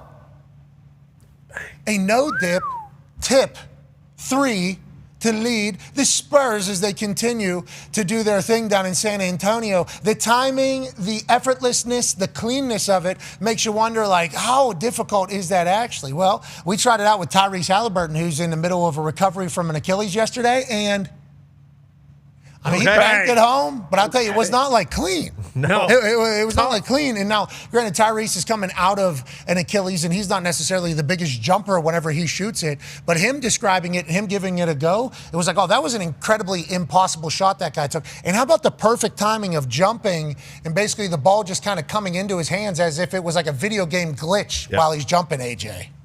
I mean, yeah, this is a playoff game in the NBA, too. Like, this isn't some backyard game you're playing with your bud. So, yeah, when you hear other professional athletes talk about how difficult of a shot this is, yeah, you can't help but be impressed. It's a no-dip tip. Yeah, no-dip tip, no big deal. And also a lot of people are recreating it and stuff. And even Tyrese, it's like, this guy was not prepared for this whatsoever. No. It's just like, hey, situation, 1 second to kind of react, buries it. That's incredible. Yeah, the pass was also money. Yeah, right. That's what I learned from me and Hallie trying to do it. The pass certainly matters. Yep. The pass certainly matters, AJ. You know, you can really kind of dictate whether or not that's going to go in with the pass. You kind of gave him the laces, though. It looks like you gave Tyrese the laces. Thank you. And also the location. Yeah, because if that thing's a little bit right, obviously we're jumping sideways. We're doing this number here. That pass that the Vassell got from Champagne there was like literally right in. It was as if the ball was dropped into his hand in the middle of his shooting. Unbelievable stuff all around. Can't wait to watch them tonight. Let's go to another thing that wasn't asked. Let's go to the NHL, shall we? We talked about this goal already, but how could you not showcase it again whenever you're trying to showcase things that are certainly not asked? Hockey, so fast, so beautiful, so physical, so filthy. Ooh, absolute filth from Doc right there. AJ, he loses an edge. He loses his time. And then he drops an absolute dime, top ched, over the goalie's shoulder. And the goalie's thinking to himself, wow, lad, can't believe you did that. Yeah. You know, this is the first thing I thought of when I saw this was something I talked about in this program a year or so ago, the little frog getting eaten by the duck or whatever, and he's all the way in his mouth, but his hands are coming out strangling him and says, never give up. That's kind of a definition of what this play is. Yeah, you're right. Well I assume that Doc had the duck and frog poster in his house growing up in his bedroom, just like you, AJ. Had to. Make a play like this, yeah, for sure. Yeah, the resiliency, the never say never, the no play is over mindset is certainly what Doc is doing. And that frog that was getting swallowed by that long-necked bird thought that, hey, this ain't over just yet if I can get these big, powerful legs around the neck, and then maybe I won't be able to go down. Turns out I think they both die. In this situation, Doc is the winner. And there it is. There it is right there. I think there's no way they're both dead. I mean, I don't think the frog can breathe. Pelicans' eyes are red. He strangles them before he loses all of his life. But I think Duck ends up not living. Yeah, lockjaw for the Pelicans. Duck's dead for sure, but the frog was close to death, but I think he made it out. I don't think it's a duck either. What is more this like bird? a crane. Yeah, it could be a crane. Yeah, crane-ish. That's a big frog if that's a crane. I mean, Huge that's a frog. big Huge frog. King frog. There's I mean, a think crane. about the deepness of the ribbit this fucker would have. I mean, I geez, got a crane Louise. behind my house. These things are pretty big. You're right. Yeah, that would, if this was That in, ribbit would keep you up at night. yes, for it sure. certainly, Bullfrog. Yeah, it would certainly get I think you. the frog wins this one, though, yeah. You think frog just holds its breath while it does this? I mean, frogs, they live underwater, so. True. They live on. No, they don't live. They can be. But they under for a can't long swim, time, yeah. Yeah, they live on those cool little things. Lily Like, pad. Well, different time. You have toads and bullfrogs and poisonous frogs. You never know. yeah, we're talking about that big Tree son of a bitch frogs, right there. yeah. That's a bullfrog. I can't see his face. I can't identify it, to be honest. Based with on you. the legs, You're right, because bull. it could be like an Andre the Yeah, Giant yeah. version of like a little frog. Yeah. It could just be the biggest. If it's a bullfrog, it wins. Feels like a standing 10 count. I think they both dropped dead. And what a fight they both put up. Yeah, they did. And we certainly respect that. But Doc lived is what we're saying for that Canadians goal. And that's certainly not asked. Another thing that's not asked, I don't know if you saw this on Monday night, 330-pounder flying through the... Jesus. You ever seen a missile European uppercut, pal? Yeah. That's what... Oh. He's doing this to Otis? Doing Yeah. it, and watch him just What? literally shot Oh, put my him. goodness. Yeah, just kind of throws him around. And Oba's not done yet. Hey, that 400-pounder that you guys love? Yeah. Low center of gravity. How about we take him to the sky and we take him down? 1, 2, and 3. I don't like that. They did that to Otis. Did what to Otis? They fed him to Oba? Just Yeah. throwing not Otis around cool. like he's nothing. That's not ass, dude. He's flying. You see him? That's a Randy Orton. Oh. No, I know, but Otis is I mean, dog. Oh, beat Brock Lesnar. Otis is the best, man. Well, no, he's not. Not anymore. Not anymore. I'm not talking. The best is that guy you're looking This is at. why I gave up on this thing. What? This thing. The business, whatever you guys call it. Look, you don't think Oba did that to Otis? What are you talking about? Come on, you're crushing all your great people, man. No, they're not crushing anybody here. They're building. They're lifting. Just like Oba does to anything he sees. That's certainly not ass. What you're trying to do right now, I don't like it one bit. It's going to help Otis, too. I love Oba. Doesn't sound like it. But I love Otis, too. All right, let's travel to another world as we talk about college softball and things that are not ass at all. Here's Bree Ellis. We saw this from the SEC Network's social media account. Let's see what type of pitches she gets all game here. Oklahoma versus Georgia? Yep. Okay. Or Arkansas? Arkansas versus Georgia. Sorry, Arkansas. Patty Gasol actually gave a great promo after her team lost the game. Arkansas's Bree Ellis is up to bat here. Gets hit. Okay, so that's 9 straight balls. They do not pitch to her. Let's make sure there's no balls in the strike zone, because if there are, she'll do this. Boom. Walk-off grand slam. First pitch that was in the zone all game. Bree Ellis hits a walk-off grand salami against Georgia. That had to feel so good. The amount of patience all game. I assume this happens to her a lot. We should follow along. I assume they know that if you deliver anything that is reachable for Bree, that thing is taking a trip out of town. Walk off grand slam after not seeing a strike all damn day. That's certainly not ass, AJ, for Bree Ellis. It is not. And I don't know. The only thing Bree Ellis can do now is use like a 96-inch bat, I guess, and try to get some of those balls that are way outside. Yeah, maybe. Yeah. You know, the thing about it is, her plate discipline is one of her best skills. Second to none. She was the softball player of the year in 2025. So about to run that back. Yeah. Did you see Coach Patty Gasol? Oh, yeah. She's not happy. Always. She's not happy. Back to basics. Hands bleeding. Crisp. Hands bleeding. We need to work. I don't think we should run it just because I don't have enough walls to run through. Okay? Just know college softball is starting to heat up, and it's certainly not ass at all. And those are 5 things that we thought were not ass. Yeah. Woo! Now, do we want to go to the things that are ass? I think so, yeah. All right, well, let's hop on a train. Ladies and gentlemen, it's time to hit the Oh No train. Joining us to host Oh No! Ladies and gentlemen, it's football aficionado for ESPN, Dahn. Oh No! Dano, how you doing? We were hoping it was an oh yeah type day, but it feels like it might be an oh no, Dan, no day, if you know what I'm saying. How am I a part of this? What did I do? Well, you're kind of the face of it. Yeah, this was supposed to be done 6 minutes ago, but obviously it carries this long because we want to celebrate all the things that were not asked, but we also have to celebrate the things that were maybe oh no worthy. And if you're waiting on hold there, we need to bring you in because you have been a part of a couple oh no's. We all have. Yeah. We all have been a part of some oh no's. We've definitely been a part of some oh no's. We're not going to show your biggest oh no. Yeah, you are. No, we're not. We're not going to do that one. Big games? No, we're not going to do the Fernando Mendoza. We're not going to do any of that. Okay, we're not going to dive into it. We got time for that. We just would like you to help us describe what you were watching in this week in sports for the Oh No train. Believe it or not, you are not getting dunked on this time. Phew. Huh? It's a good day for me then. Well, actually, ladies and gentlemen, the first oh no! Comes from a few years back. Oh, wow. Dan Orlovsky, the quarterback of the Detroit Lions, being chased by a legend. That's my first time. Dano. He gets credit for the sack, right? Absolutely. I think so. I think thanks for that. I think that's the most important part of that, AJ, is who got credit for the sack. You got credit for the safety for sure.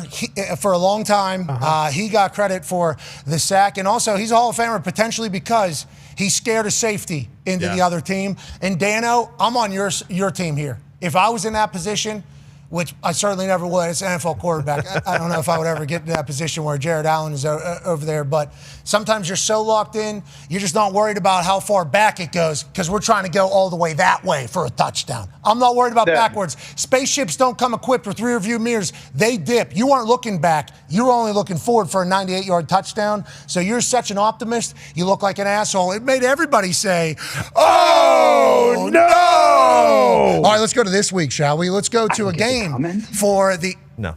Would you like to comment, Dan? Oh, no? Would you like to turn this into a Dan? Oh, no pot session? Or what do we got? Go ahead. Go please, forward. Please. Yeah. 1, you said spaceships. Aliens aren't real.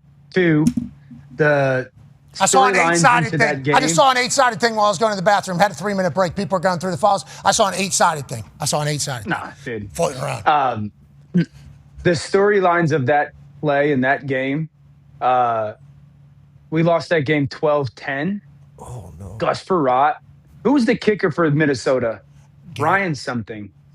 He was good, yeah. You lost 12-10? Brian Greasy. We lost 12-10. I'm bummed out about that. On a game-winning field goal. Oh, okay. That was also the 0-16 season. Oh, no. Oh, so you many basically things. caused that. I don't want to. I don't want to. Dan, no, and We should not have done that. Okay, we're going to put that to bed. But all those bad days kind of led you to here, though, right? Both Lions fans, now you guys are super pumped up about your players going to Pistons games and sitting courtside and having Celebrity Row and looking super cool, right? Yeah, we went 0-16. We drafted Matthew Stafford. He had about 12 great years in Detroit. Ended up trading him for Jared Goff, and now we got Jared Goff. Hutch, Gibbs, St. Brown, all the boys, MCDC, you name it. So, yeah, Dan, that play pissed me off at the time, but now that we're doing this, thank you for running out of the back of the end zone there. Thank you, Dan. You're welcome. Thank you for doing that for all of Detroit. Team guy. From the Stones fans to the Tigers fans, all the way to the Lions fans and the Lions players sitting courtside. Aiden Hutchinson looks so cool. Yeah, he's Detroit's Oba. Did you see? Did you see how cool he looked yesterday? Yeah, he looked good. He looked good. Looked pretty good-looking dude. Yeah, looked pretty jacked too. Had sunglasses on. Even gave a, excuse me, let me hear it for me, please. One of these, a Hulk Hogan. Come on, let me go ahead and get that. I love that Hutch and the boys are supporting the team. I like that Jahmyr Gibbs is there. I like that the city of Detroit's coming together around this number one seed, Detroit Pistons. Are the Stones about to rally the city? Are the Stones about to go on a real run here? Foxy, is life good? All because, and remember, we don't have any of this if Dano doesn't run out of the back of the end zone back then. Is that not something we need to talk about a little bit more? That's 100,000% correct. Dan, if I were you, I would be taking all the credit for all of this. The Pistons are back. The Tigers are back. The Lions are finally good for the first time in my lifetime. The Red Wings still kind of stink. Let's not talk about the Red Wings. But all of this is because you ran out of the back of the end zone. Thank you, Dan. And Ryan Longwell was the kicker. Ryan Longwell. He was great kicker. Game winner. I'm not going to take all the credit. I will say that Detroit is an awesome, awesome sports city. And like the whole sports complex that they have. I don't know where the Pistons' new arena is, but the football Ford Field and Comerica are right next to each other, and they're sick. That whole little section or stadiums on top of each other. You guys were there for the draft 2 years ago, so you know it. It's a great city. Also, Greektown, right? Is that the Greektown? And then Little Casinos. Caesars Arena is also downtown now, which is where Pistons and Red Wings play. People are very happy about all of that. Hey, congrats, Detroit. All because of this guy. Yeah. Dano. Thank you, Dano. Okay, let's go to some oh-no's happening now, shall we, Dano? Is that better to talk about others doing oh-no instead of you doing an oh-no? Make fun of other people. Okay, we're not making fun of. We're just pointing things out that are happening. Here's a Cleveland Guardians fan. I assume he'd been a fan of the team since they were another name. He goes to the Athletics game in Sacramento, drops the ball, spills beer on date. Worst case scenario, absolute oh no situation as the Athletics fan comes in and goes, shut your fat ass up, and grabs the ball away from him as he walks off. AJ, that's a Cleveland Guardian fan. Two of them. Yeah. And I'll tell you what, Ohio representing well out there in Sacramento, it appears. No, it's not a Cincinnati Reds fan. We know that. I mean, at least catch the ball. If you're going to flop the beer all over your girl, at least catch the ball in your left hand, man. What are we doing? He was smiling, so that's good for him. Why is he jumping for the ball? Because he got to catch it. I liked everything up until execution. I liked that he didn't think about putting the drink down. I liked that he thought blindly with the amount of optimism that in athleticism that is currently in his body. The last time he did something athletic, who knows? Decades we're thinking? Yeah, probably. Him 15. immediately thought to himself, I can do this. I like it, blindly. No thought of gravity and inertia and all that shit with the cup. Just golden shower. He's seen others do it. Golden shower. Complete golden. Just a beer golden shower all over the date. We want to let them know we appreciate you guys and her laughing about it all. That's great. Guy taking ball, even better. All those things. But it's certainly in the moment. As soon as you see it, you can't help but say, oh, no. Sounds like you're starting to get it, Dano. You see it. Let's stay in baseball, shall we? Let's go to the bottom of the 10th. Man in second. Cannot give up a hit right now. Cannot at all. Michael Busch hits a ground ball up the middle. Oh, no. Keep your body in front of the ball. Chopper style. Sounds so easy till you're in the bottom of the 10th with all the pressure in the world on you. Cubs in the middle of a win streak, and all of a sudden, gone. Ball is Cubs win. They have now won 9 straight. I believe so, after yesterday, right? 9 straight games the Cubs have won. And on the flip side, the Reds, they haven't won either. I think they've lost 7 straight or something like that. It has been a tough go. This has been a part of both sides of the story. And as soon as you see it, you go, Ellie, you're so cool, but no! Let's stay in baseball, but mix in football. Dan Orlovsky, excited to get your take on this. Malik Willis, new face of the Miami Dolphins franchise. Go pitch one for the Marlins. Oh, no! Guy could hit the broadside of a barn, Dan-o. What the hell's going on down there? That's a tough one. Otten looks like he has a baseball background, too. Like, if you just watch the windup and the step back, you're like, oh, this dude's done this before. Matt misses by 20 feet. Yeah, AJ brought a glove with him, which we like. We like that he brought the glove. Was he trying to throw a hook? Like, is he trying to throw a break? I think he's trying to throw it up there, Dano. He just didn't want to bounce it. I think he's trying to throw it up there. I don't think he was really worried about throwing a strike. He almost took a guy that out. misses by 20 feet. He almost hit a guy in the head back here. I mean, there's a light blue shirt, I assume, worker. I mean, he's right. Oh, you're right. Barely dodged. And maybe that's Malik thought he was supposed to throw it to that guy. Sure. There was a chance that maybe he just didn't know who he was supposed to throw it to. He didn't want to hit the check down. He wanted to hit the post. But as soon as we saw it, he's aggressive. You know, who knows how that's going to go down there in Miami. But as soon as you watch that, you go, no! Well done. All right, you're not bad. A little dramatic, a little theatrics, kind of hanging on to the O a little bit longer than you should, starting a little bit later than you can. But yeah, we'll continue to get better and better. Let's go to soccer, shall we? This is AC Milan goalie Michael Mannion. They just got a huge win. Go ahead and enjoy yourself. Let's go get after. Actually, it was a 0-0 draw, and we're down. No. I thought a team won. That's on me. Okay? It was a 0-0 draw. It's soccer, obviously. This guy just had a shutout. You rarely fall forward down the steps. Yeah, like that. I think his cleat got caught maybe on the edge of that step, and then it just kind of lost it down there. Gravity. Are those steps just like your traditional stairs down? I don't know. They might be a little metally. They look like Is it in Italy? Because they make steps different. This doesn't look like a great construction setup. Okay, and also thin stairs, it appears. Thin stairs. You know those thin stairs will get you because you slip off the bottom. He got stuck, I think, with his cleat and kind of ate shit after having a shutout game. Good for him. AJ, doesn't Lambeau have like some sketchy situation where I'm going down some like cement stairs and cleats? Is that Lambeau? Yes. Oh, yeah. The visitor's and the locker stairs room, were like that wide. Yeah, that's sketchy, dude. Like I remember. You got to go down sideways. Yes, exactly. That's right before game, about to play in Lambeau. Here we go. This is the coolest night of all time. And then you get there and it's like, all right, don't bust ass coming down this thing. You got cleats on, everything's slick.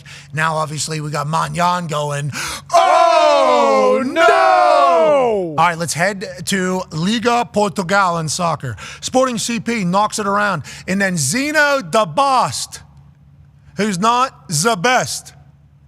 Boom, bang. Let's go ahead and pass it back to the goalie. Actually, let's go slide this one right by him. Oh, jeez. Own goal out there. Zabast eventually knocks it in for an own goal. Vitoria SC ends up losing 5-1. So this was just an ass beating altogether and not being on the same page. And quite a little slot there by the own goal. You know, the goalie had no chance to get there. You want to talk about own goals? I think that's on the goalie. Don't you think that's the goalie's fault? Once he passes it forward, he just kind of hangs at that right post. Why would he be hanging at the post and not?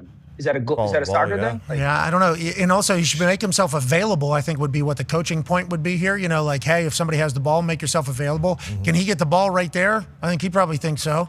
I don't know. I don't think you need to go right back to the center of the goal because he's a part of that play there. He's passing it. You know, they're part of that entire thing. He can't pick it up because it was passed back to him, so he's a part of the ball on the ground. Yeah, it is a little triangle stuff. I don't know. Could be on the goalie. Let's do this next one. There's another one, Dana, that might be on the goalie. Let's head to Sudamericana. A team from Brazil, Vasco da Gama, is taking on a team from Chile. And... Oh, no. I mean, goalie, come on, dude. Yeah, exactly. That's Alan Saldivia, who puts a sneaky pass past his own goalie to give Audax Italiano. He looked like he was running in mud there. Yeah, he did. That one's on the goalie. That one's on the goalie, I know I the think. feeling. Yeah, Dano, you were running in mud there. Yeah. Jesus. Yeah. That's tough, though. We gotta be more explosive. The place is packed, by the way. Yeah, place is packed. This is Brazil taking on Chile. Obviously, people everywhere. Soccer's There's no one there. No, it's the world sport. You just can't see them. Wait, was this during COVID? Yeah. Okay, potentially. Ladies and gentlemen, as you watch it, you can't help but say, oh, no! That was not during COVID. I believe that was within the last week, although they got... I was going to say COVID. There's not many fans. There's nobody there, Dan. We get it. Okay, let's go to Garnet Hathaway. He goes to back it up on somebody. I'm going to check you. Actually. Oh, my God. Banana tailpipe. Sitch. Pause. That's tough. Boom. Worst place that he could potentially be going for an ass check and end up at. I mean, that's a situation there that could potentially be long-term. I assume you got to get that checked, but you're certainly walking around a little bit like this for a while. He's skating like this for a while, I think people would say. Dano, when you see that, is your first reaction not, no. Don't you think, Dano? Yeah, absolutely. My first reaction is, I have no idea what the hockey padding setup is like, so I don't know if there is an actual pad on the back there. There's no balloon knot protection. Doesn't look like it. Dude, like that. I don't know if they have There's that. no tailbone protector. I don't know. I don't know hockey like that. I don't think it's a tailbone we're worried about there, is it? I think we're worried about more so the south. Yeah. Who didn't shut the door? It's on the team for not shutting the door. You gotta lock that thing. Yeah, that's what he said. I think, come on! You saw my ass coming! Yeah, we need a double or triple padded. Whatever the case, when you look at that, you can't help but say, No. All right, let's just stay in hockey. Let's go to Avalanche. Parker Kelly in the middle of a little bit of scrum there with Boldy. Who can eat it? Oh, the ref. The ref can get it right in the face. He doesn't blink, though. No. Yeah, well, that's hockey. And that's why we're pumped. Boom. And he takes a shot at him again. Cheap shot. Well, hockey says any shot's a good shot, I think. Square it up. Little face wash. Boom. Punch to the ref. You can get it. Boldy, you can get it. Oh, you're breaking us up, huh? That's cute. How about this? Boom. Left hook around the guy. I'll tell you what, the entire situation for the linesman makes us go, oh, no! Then obviously, Dano, you know this from golf. Every once in a while, the sun's going to make you look like an asshole. Sepp Straka says, hey, you know what, everybody? Take a look at this. Whoa. Oh, no, Sepp. Got to get some lotion on that. And then let's go to South Korea, shall we? Yeah. This is an MMA league organization down there that's basically like South Korea versus the world. No, it's Felipe Pereira who's going to be doing a lot of the antics before the fight, and then it's Hyuk Min Ji who does a lot of the dancing afterwards. That's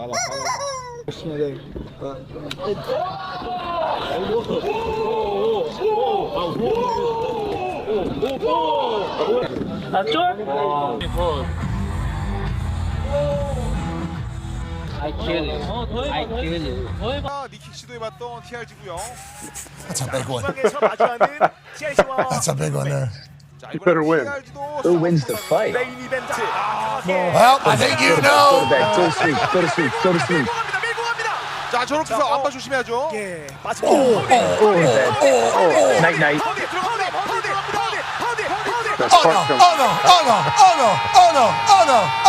Oh no. Anytime this comes up in the sporting world, yeah. Boom. That's two. Boom. That's three. Boom. That's four. And then also, remember what you did earlier? Yeah, a little bit of that. Hey, Felipe, all that talking, when you got into the action, it was one big, oh, no! I like selling the fight, though. I do appreciate that. And that was the oh, no train there. Thank you for joining us there, Dan Orlovsky. And that's about all the time we have for you today. I'm joking, Dan. Okay, let's dive into some football talk after the oh, no. I got nothing going on. You're good. Yeah, you tell. Well, you're saving the world by fighting the alien files, it sounds like. Yeah. Sounds like that's what you got going on for the next, I don't know, month or so of your life. I just don't believe aliens are real. I used to argue with Stafford about this all the time.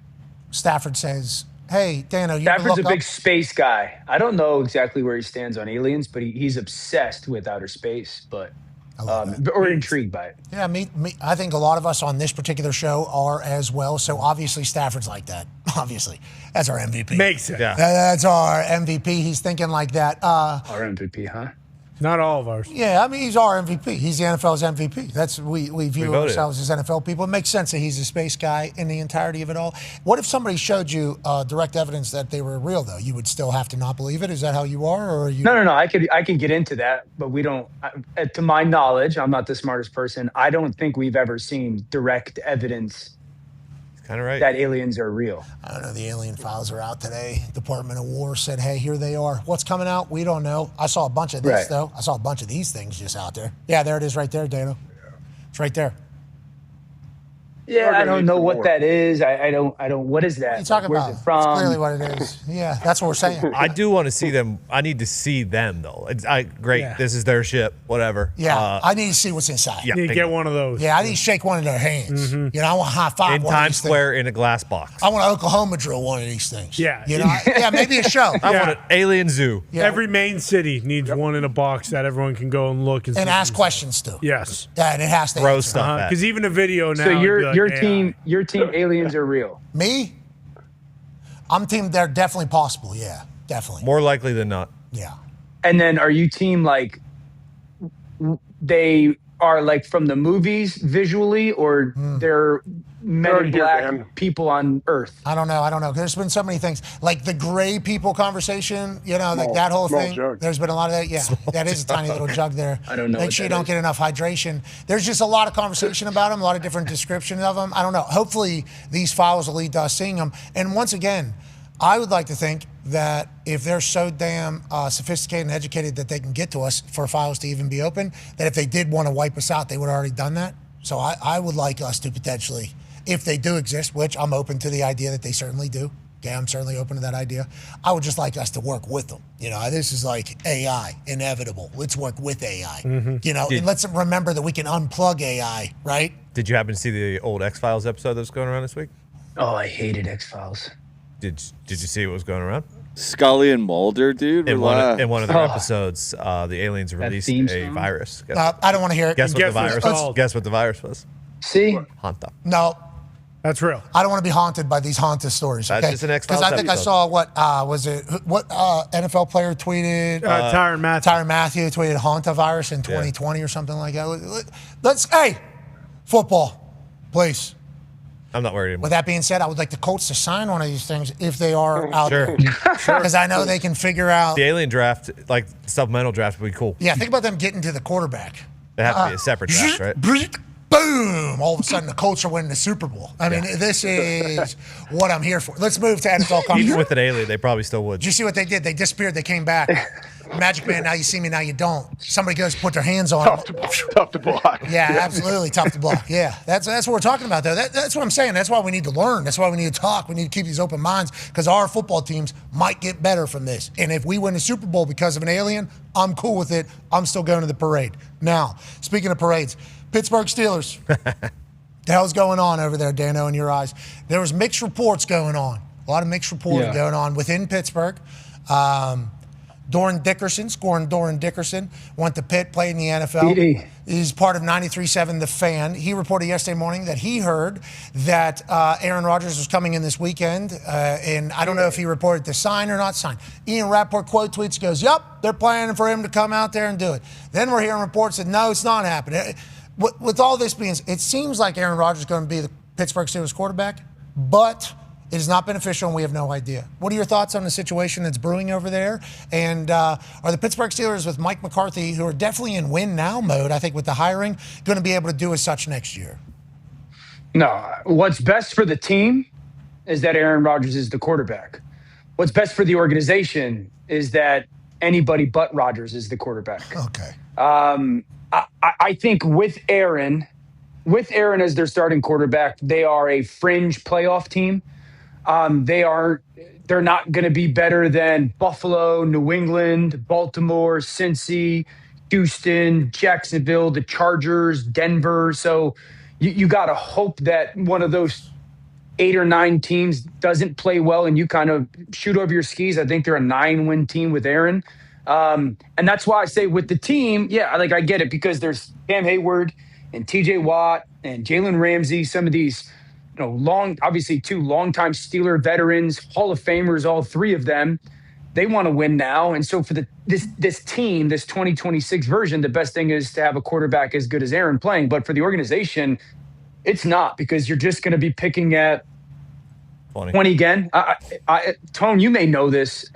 It blew my mind. The Steelers have had 2 top 10 picks since 1990. Yeah. 2 winning season. And so it's great. 2 top 10 picks since 90, and one of them is the 10th pick. And so I can understand and appreciate the history of the organization and the consistency of the organization. But what's best for them is to fall back this year and to not be good and try to gather a top 10 pick and figure out the long-term spot at quarterback. Okay, so you think they hired Mike McCarthy? They still have TJ, Cam Hayward, all the vets in the building, right? All the olds. They still got a lot of the olds that have been around for a long time. To kick it in a year? No, I don't. I said this to you guys a month ago. Aaron's going to be the starting quarterback. I said, write it in pen. That's happening. But that's what's best for the team is not what's best for the organization. This is one of those situations that what is best for the team is for Rodgers to be the quarterback because that group can win. But what's best for the organization long term is not. Okay, so I can understand where you're coming from strictly because a lot of Steelers fans have been feeling this way about Tomlin. You talk about the 2 top 10 picks. That's because they're always winning enough games, but they never win enough games. And they never lose enough games. So they've been there in the middle of the draft, literally for 20. It's like purgatory. But do you think the team next year, no matter who is in purgatory, does Aaron keep you in purgatory, I guess is what Dan Orlovsky is saying. But what if Dano doesn't realize that maybe because Honta, maybe because everything going on, that this is an Aaron Rodgers in Mike McCarthy's offense. Honta. Exactly. We love what you're doing. Just keep doing what you're doing, bro. Tunnel vision. Don't worry about anything. Fuck it all. Just don't worry about anything. What is this Honda? This guy. Wake up. How big is the rock? Is the rock come with the house that you live under? Like, I don't understand. Am I supposed to know? Nope, you're not. You're supposed to know. So this is a Everyone person? knows that. It's an entity for sure. And I think you'll just go ahead and sit back. Just sit back. Make sure you sit back. Okay? You just go ahead and sit back. We are on the internet a lot. I talked to a group yesterday. I was the only one that knew what it was. Okay, so I guess, that is the difference we found ourselves in. We know. We live on the internet, so we kind of hear everything happening. You live in film, so we'll keep you updated on stuff. Just know the Honta thing, there it is. Dan, where do you live down there? It's Patrick Starr's house, right? Isn't that SpongeBob? No, SpongeBob lives in a pineapple under the sea, dude. I did not know that. I would have right there. I believe that's his neighbor. I believe it's Patrick Starr's house. Or I guess he's 2 down. He's next to Squidward. All right. Anyways, don't worry about anything. But let's talk about this Steelers team. Do you think they can win at all? Because if you can win another Super Bowl, that's the only thing that matters. That's literally the only thing. I agree with the majority of what Dan said. I do think they will be a better team this year with Aaron because of the coaching change. Will it be enough to get to the Super Bowl? Probably not. No. Jeez. I said that, Dan. I just said that. There was a lot of Yinzers and me included when, Aaron, and he's still not back, but was like, hey, let's go with Will this year. Either you find your quarterback for the future, he surprises people, Dan being one of them, or you win 4 games and you get your quarterback of the future in the 2027 draft, which is supposed to be much better. A lot of people were hoping for that, but the coaches don't want that. The players do not want that. Sure. I don't even know if the organization wants that at all. So we'll obviously not because, they want Aaron back. But no, I agree with a lot of some of the teams that he said would be better. I didn't agree with, but, a lot of what he said was right. Yeah, and he left off the Colts. Obviously, the AFC is certainly stacked. AJ, your thoughts on your friend Aaron Rodgers being in the middle of a conversation around the Pittsburgh Steelers yet again? It feels like this is back-to-back years of this, and then it was the Jets before that, then it was Packers. Like, anything Aaron does is always going to be a conversation. I think he knows that. I think we all understand that. But this one has become so dynamic, I think, because the way the fans, who are diehard and loyal, and would be if you won, are at the point of feeling like if this guy who already knows what the building's like, already knows who the coach is, already knows everything, doesn't want to come back, what are we waiting around for? And I think Mike's waiting around. And I think Omar's waiting around. I think the Steelers are waiting around just like they were last year, but fans can't really comprehend that, it feels like, AJ.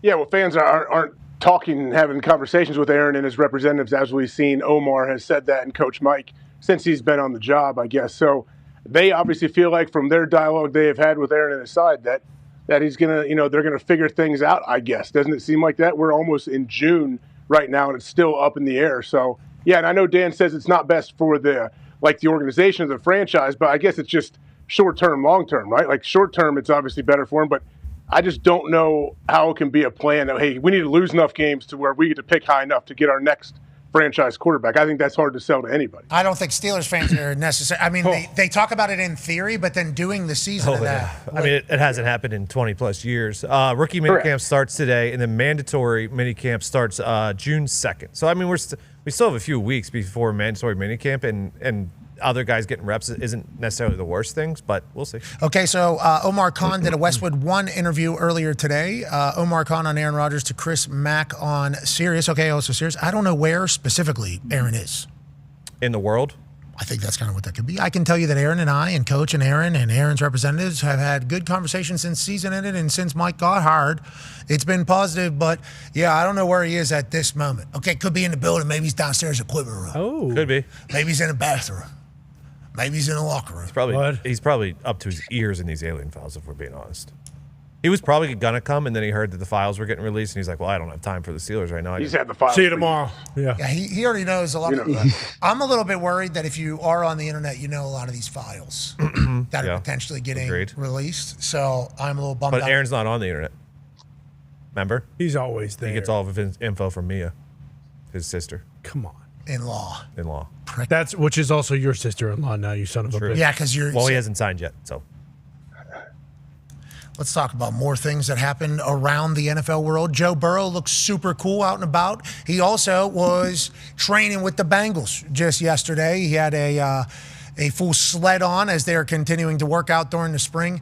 They have the sports bra, Catapult sports bra. So cool. But he has the black shirt underneath it, so it looks cool. Yep, and obviously, Joe Burrow's going to look cool whenever he does anything. Running full speed, obviously seems to be pumped. Do you think Joe Burrow and the Cincinnati Bengals have a big bounce back this year, Dan Orlovsky?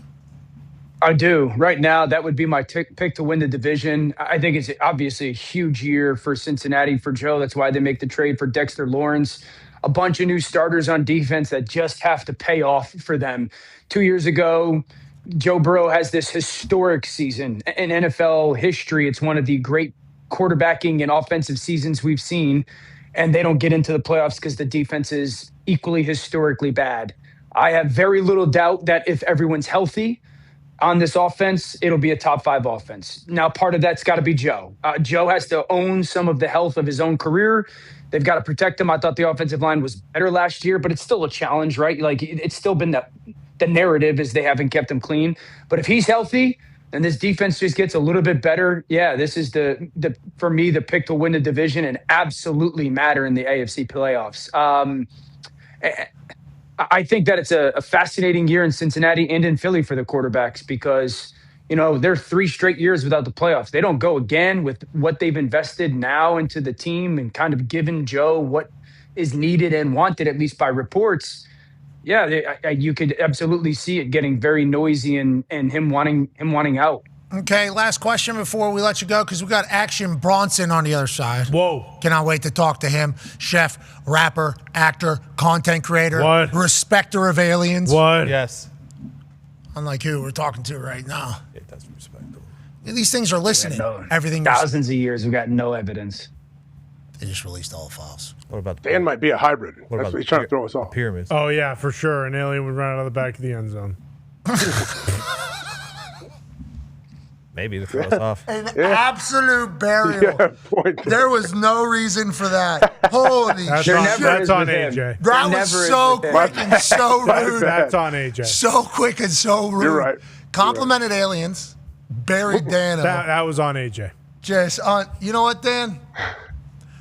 Have a great weekend, man. Honestly. It was a great time. You didn't have fun doing it now? That was not part of the plan. You were part of the show. You were part of the show. No. It was a great time. What do you have this weekend? You watching May Mayhem? No. I got a bunch of sports tonight. Wife's going out for a girls' night in New York City. Whoa. Nice. Big night for Dano with the kids. Thought you were a lacrosse guy. You're not going to watch? Yeah, what the hell? It's this weekend. I'll be at games all day tomorrow and Sunday. So Mother's Day Sunday. Don't be an idiot, boys. Don't be an idiot. Good call, actually. That's a great call. Reminder to everybody. Mother's Day Sunday. Yes, it is. Oh, Mother's Day. We thought about these things because we appreciate them. Yeah, Mother's Day. Thank you. Mother's Day. Mother's Day. I think my sons play Fairfield on Sunday, Connor. Oh, look out. That's a strong program. Tell you what, they know how to play lacrosse. How old? What are we playing? Very good. 8th grade. So my sons are 4 months from last week, dude. Last week, we had a lot of change in the Orlovsky household. Wednesday afternoon, all 3 boys got braces. And then the next day, I had to pay off the bet with them, and they got cell phones on Thursday. Oh, huge. Jeez. Holy hell. You got to be monitoring that thing. You better have eyes on all these Oh, yeah. phones. Yeah, I'm all over it, dude. I'm all over it. Once Honta gets in there, maybe this is how you learn about the world. So is this like an internet thing? Yeah. Yeah, everyone's doing it. Do All the right, Honta. not a ladies person? and Do the gentlemen, Honta. don't do the Honta. Do the Honta, We Dan. don't want to do the Honta. Dun, dun, dun, I'm not dun, doing dun, anything, dun, dude. dun, dun, dun, dun, dun, dun, dun, dun, dun, dun, dun, dun, dun, dun. Dun, dun, dun, dun, Don't dun, do the dun. Honta. You don't want to do it. Dano, just keep I'm not living in doing your little anything, bubble, and we respect it. Ladies and gentlemen, that's Dan Orlovsky. Yeah, Dano. He's a 12-year-old boy. Yeah, he is. Child.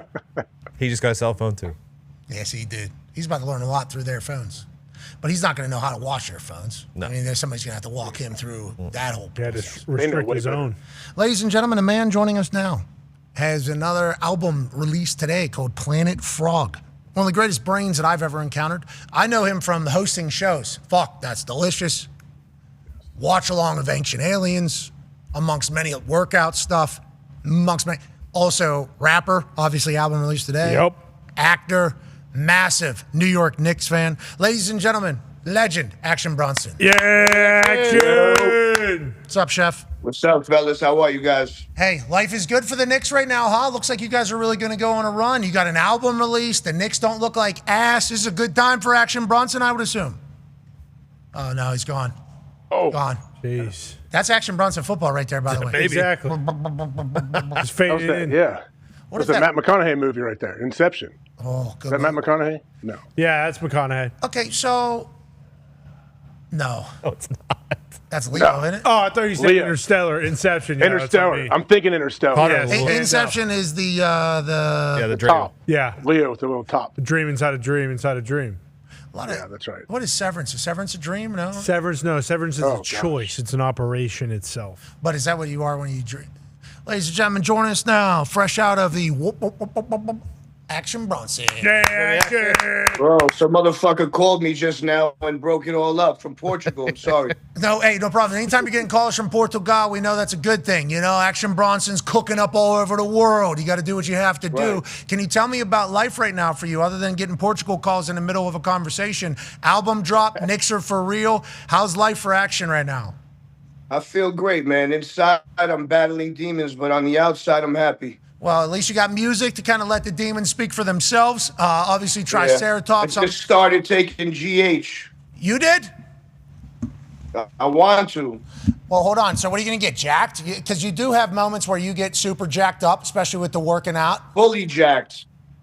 Damn. Properly jacked. Look at this fucking thing. Yeah, I mean, Holy go full shit. screen on that thing so we can see it. Go ahead, you need to get it up in the screen a little bit. We didn't get to see the full thing. Nah, wait until you'll know when I'm on the G. You'll know when I'm on it. Not yet. What is your head gonna? What do you think will go most? The head's gonna be Barry gigantic. Bonds. I'm gonna hit 75 home runs. Tell me about this Knicks team this year. Action, you think you can actually win it all with this squad or no? I like the way they look. We have a deep bench. I'm telling you, the guys got heart. They want to win. I mean, we have a path. It's going to be a rough one, but every year. When is it ever easy for us? It's never easy. Well, I think the So- tournament's not easy for anybody. You know, it's the best teams out there. Action sounds a little that's what I'm dramatic. The New saying, Yorkers saying, you know, Knicks fans saying it's always going to be your Garden. People say the hardest place to play or best place to play. How do you feel about the Mecca, and why is it viewed that way? You think? Mecca is it's intimidating to people because some of the greatest sports ventures ever happened in there. Classic fights. The motherfucking Ringling Brothers, Barnum and Bailey circus pulls up. House shows, WWF 1987, WrestleMania 10. Things happen at the Garden. One of my favorite things that I've ever watched was Justin Gaethje and Michael Chandler. It was one of the craziest fucking. I can't even believe that was one of the loudest times ever. It's just an intimidating place. but it is the most electric arena there is. And I think that's been on display every single NBA playoffs. The Knicks inevitably break the hearts at the end. Is this the year that Bronson goes absolutely crazy? Tell me about the album release action. So what is today? Yeah. Doing a lot of chat about the album, bouncing around, letting it just kind of hit send and let the world kind of deal with it? What is life on album? Yeah, that's I let it hit send, let everyone deal with it. I'm just talking to you. I only have capacity for one. Tell me about your life. It seems like you pick and choose to do whatever the hell you want at this stage. How long has it been like That's this? how I feel. Nah, this is the way it is. Like I broke my leg and stopped, like something unlocked. It was like DMT straight to my neck. Like Nuke, RoboCop 2. Like bar. Straight up. It's like it was inserted and then I haven't stopped since. I just feel great. I'm ready. I'm just ready. I'm ready to run through a wall right now, to be honest. Well, you look fantastic. We've been reading through some of your Thank you, lyrics and the way your brain pieces words together. Absolutely love. Can you tell me about the Alien Files being released? I watched some Ancient Aliens alongside you and your friends plenty of nights on my life. How do you feel about the files getting out there? How do we feel about it? I don't know. I don't like to read files. I like to see substance. I like to see things. Yes. At the end of the day, I've been places. I was just in Teotihuacan. I was at the Temple of the Sun giving praise. I was at the Temple of the Moon giving praise. Like literally, this was. I've been to the other side too many times to not believe. You see behind me? You see that? Hold on, that shit right. Yeah, I can't even get it nice. There's a frog there. Yeah. There's 5 frogs. Yeah. That's like the 5 Italian families. Yes. Okay. Those 5 frogs? 5 MEO. Okay, I like that. Lucchese. What? Gambino. What? Banano. What? You know what I mean? Genovese. Yep. What? I just smoked some crazy hash. Yeah. Borinkem. Okay, got it. We nailed it. As soon as we started the what's, you knew you had to finish it. You didn't know when you were going to be able to get there. I respect the moment. I respect what just happened there. I'm with my man Connie Gorgeous right now. We used to drive uptown to 172 and Autobahn 6 times a day with 10 on it. Shout out Connie. You guys made it. You guys made it, Connie. You guys made it. Too crazy. Any car we could find. Yeah, now we're here. Look at now you. we're here, baby. Look at you. 5 frogs. Smoking hash. That's it. Releasing dual G99 M5s, 1 sedan, 1 touring.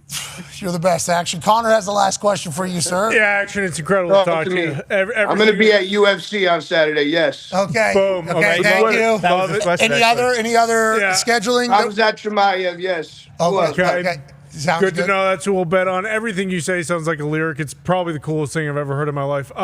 Is it hard for you to stay locked in on one thing because you can basically do so many other things? Yes. Yes, obviously. That's an obvious fucking thing, yes. So how do you handle that when you can do so many things but you have to kind of lock in on one?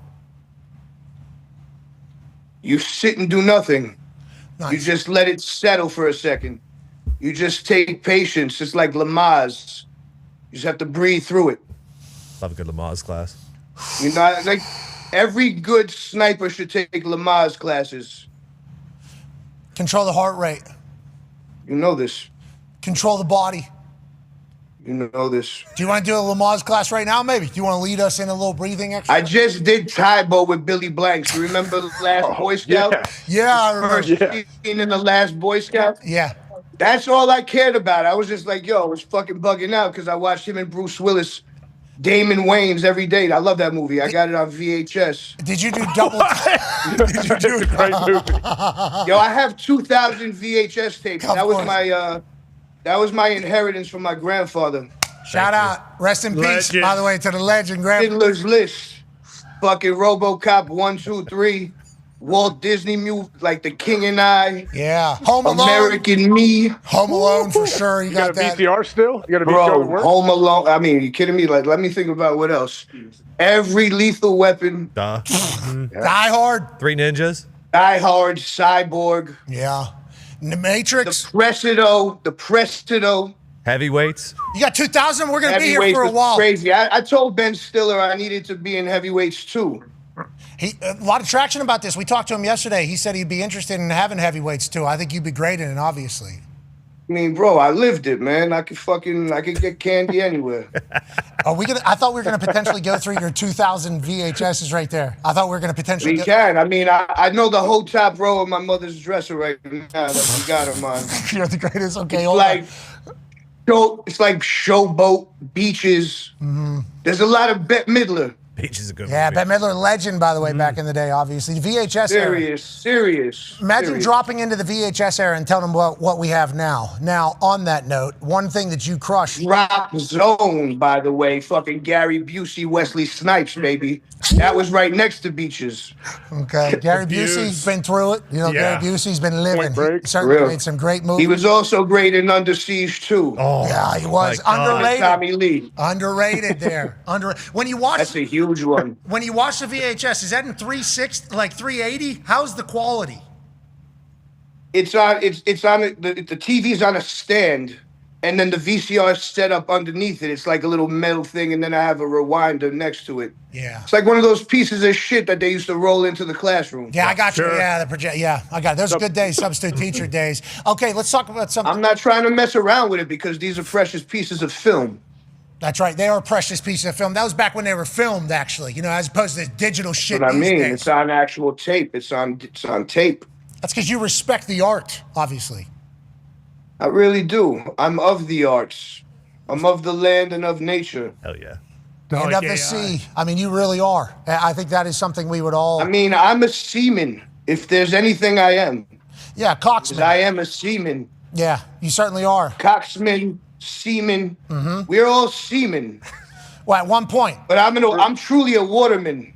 Okay, out there in the lakes or the rivers? No, in ocean. I need lots of waves. I need sets from Tibet. Of course. I need to be out during the hurricane when it's 18 degrees with wetsuit on. Are you going belly up or belly down? No. Me, I only boogie. I'm a sponger. I'm a dick dragger. Yep. They call it. I ride a boogie board, aka a body board. Yep.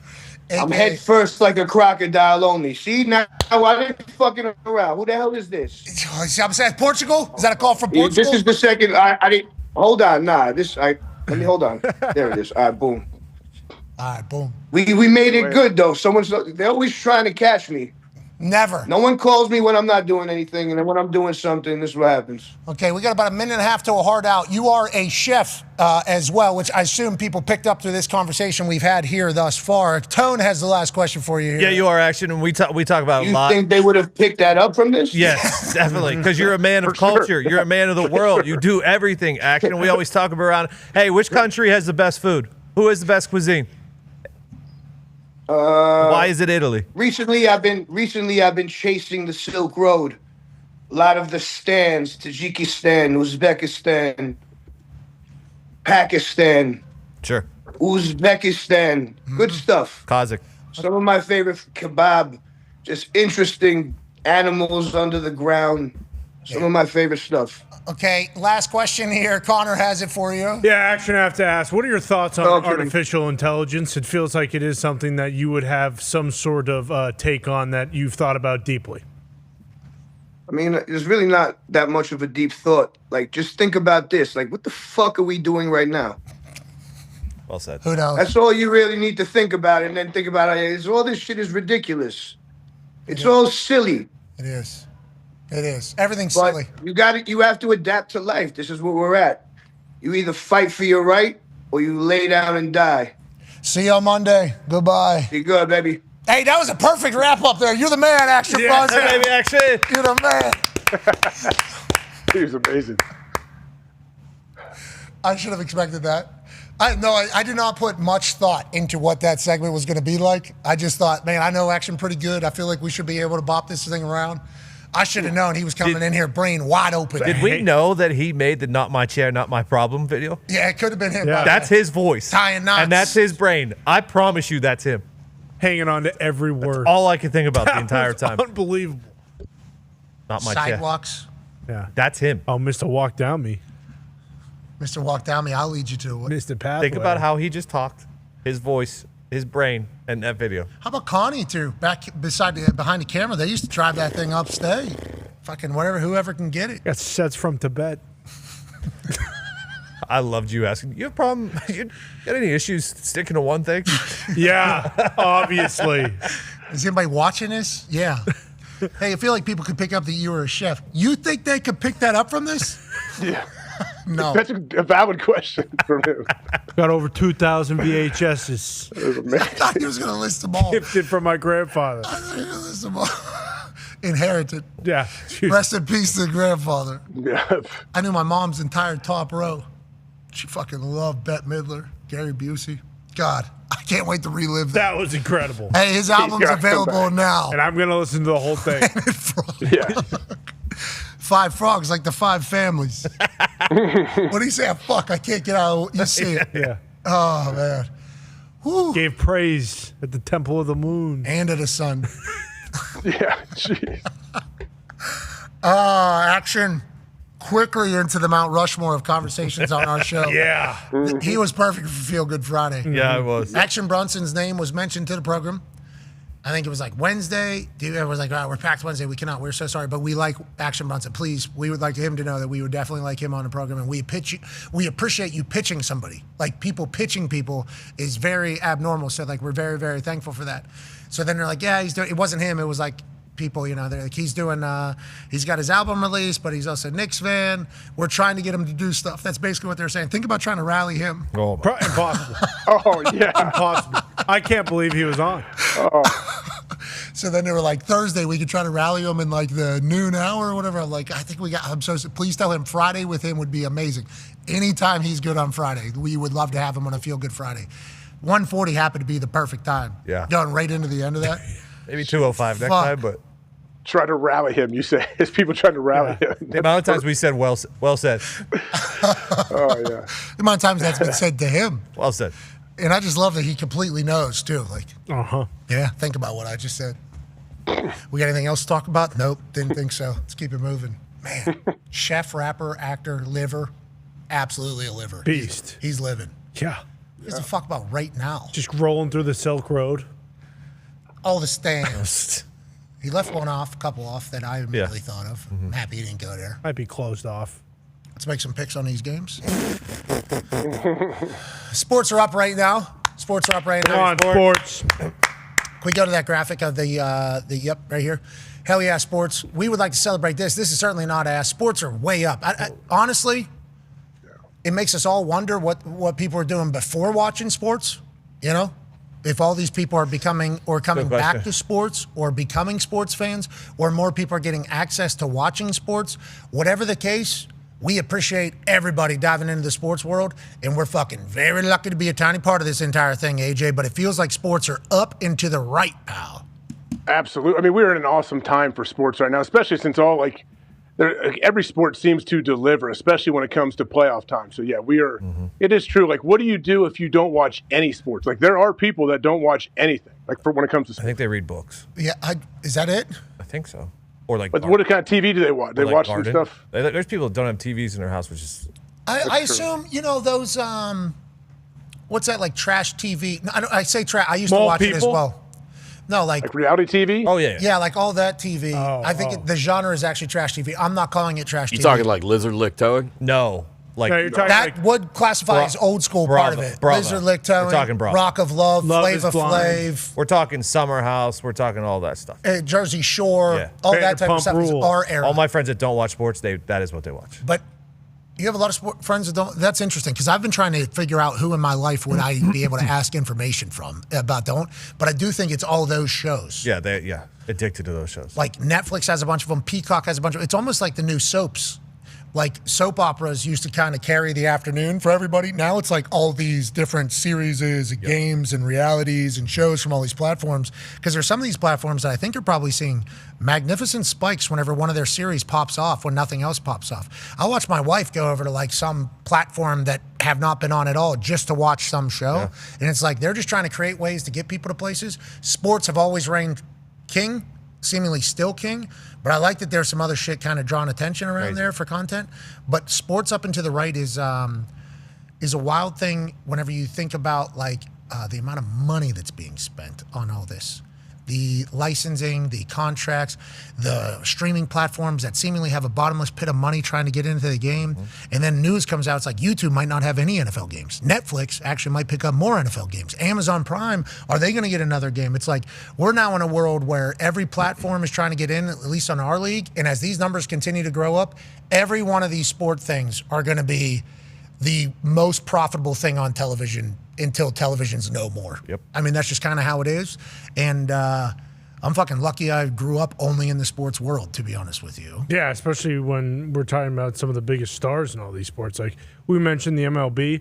The MLB with the World Baseball Classics, one thing. Like having a player as fascinating as Shohei Ohtani in the league and, a Paul Skeens who's setting records that have gone back hundreds of years. Like even just that as an attraction. Like I don't like the Dodgers, but if Shohei Ohtani's on, you're going to go watch him. It feels like there hasn't been a draw like that in the MLB in my lifetime, at least like there is right now. Since the home run race. That's in a bunch of sports. Yeah, since the home run race, yeah. Shout out to sports. Let's have a great weekend of sports. Let's make some picks for tonight. The NHL has 2 games. Canadians at Sabres, 7 p.m. Eastern on TNT. Golden Knights at the Ducks, 9:30 on TNT. AJ, who do you like? How do you like it in the first one in Buffalo? I have a hard time picking against this Buffalo team. Obviously, everything they're doing on the ice, off the ice, I am a fan of, so give me Buffalo here. Fresh off of Matthew Tkachuk saying that the Buffalo Blade Gang could beat up all the other groups from all the other different places, go ahead and consider me all in on the Buffalo Sabres. I like the Sabres. I like them to win it again.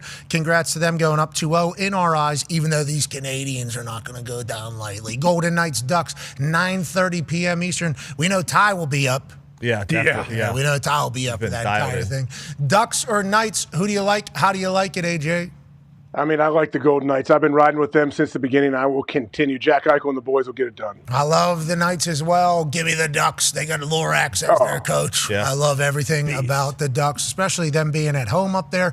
I think it's going to go well. Let's go to the NBA. Tonight on Prime, Knicks at Sixers. Knicks have been beating the hell out of everybody. The Hawks, then into the Sixers. Joel Embiid gets hurt. That kind of changes the entire storyline. Spurs at Wolves, 1-1 tie. Ant-Man won into San Antonio, stole one. Wemby and the boys answered. Vassell did a trick shot in the middle of a game. AJ, who do you like in Knicks versus Sixers? You know what? I'm going to go with the Knicks here. Embiid is out, correct? I believe questionable at the moment. Questionable. Okay, I'm taking the Knicks. I know Kendrick thought the Sixers were taking this one, right? I'm going to ride with the Knicks here. Okay, so you wanted to point out publicly that you're opposing Kendrick Perkins. Yeah, he did. Honestly, it came out that way. I did not mean it to come out that way. I love Perk, by the way. I mean, he's amazing. He is outrageous. Action Bronson needs maybe a once a week. Mike Foss, who was the connection between Action Bronson's group and us, really said this is both the best and worst potential booking I've been a part of. And I said, no, best by far. We need more Action Bronson. I don't think everybody can pull off Action Bronson, but I like that Action Bronson's Action Bronsoning. So I think it's spectacular. Do we have Shams on? Shams, Sharania. Ladies and gentlemen. Yeah, Shams. No, we can't hear you. What you say? We can see your face. What you say? What's for lunch? I took my AirPods off. There it is. Hey, Shams, what you say? I took my AirPods off. Is My Joel AirPods weren't Embiid working. gonna play? Hey, Joel Embiid, what's he doing tonight? Is he playing? Or I think we read questionable is what we heard, but should we assume that questionable means out, or should we assume questionable means in for Joel Embiid? I think right now it is a situation where he's going to probably end up going to the arena, warming up, and then seeing how he feels. I can't tell you there's hope inside that Sixers building right now that he's going to be able to play, but they're not going to know with a guy like Joel Embiid until he gets to the arena, sees how he feels, not one-on-one, two-on-two, three-on-two, but with Joel Embiid, it's always about how he feels. Okay, we appreciate it. How about Spurs, Timberwolves? Anything we need to know about there? Ant Edwards in, Ayo DeSumo in right now. I mean, I think this is one of the most physical and competitive back and forth series I think we're going to get. Obviously, game 2 was a blowout, but I think as it shifts back to Minnesota. I think we're gonna be in for, I think, 2 very competitive games. Okay, Knicks, OG Anunoby, Kendrick Perkins said, let's rest him games 3 and games 4. I think you reported he's day-to-day with a hamstring. What is the actual diagnosis as we sit today?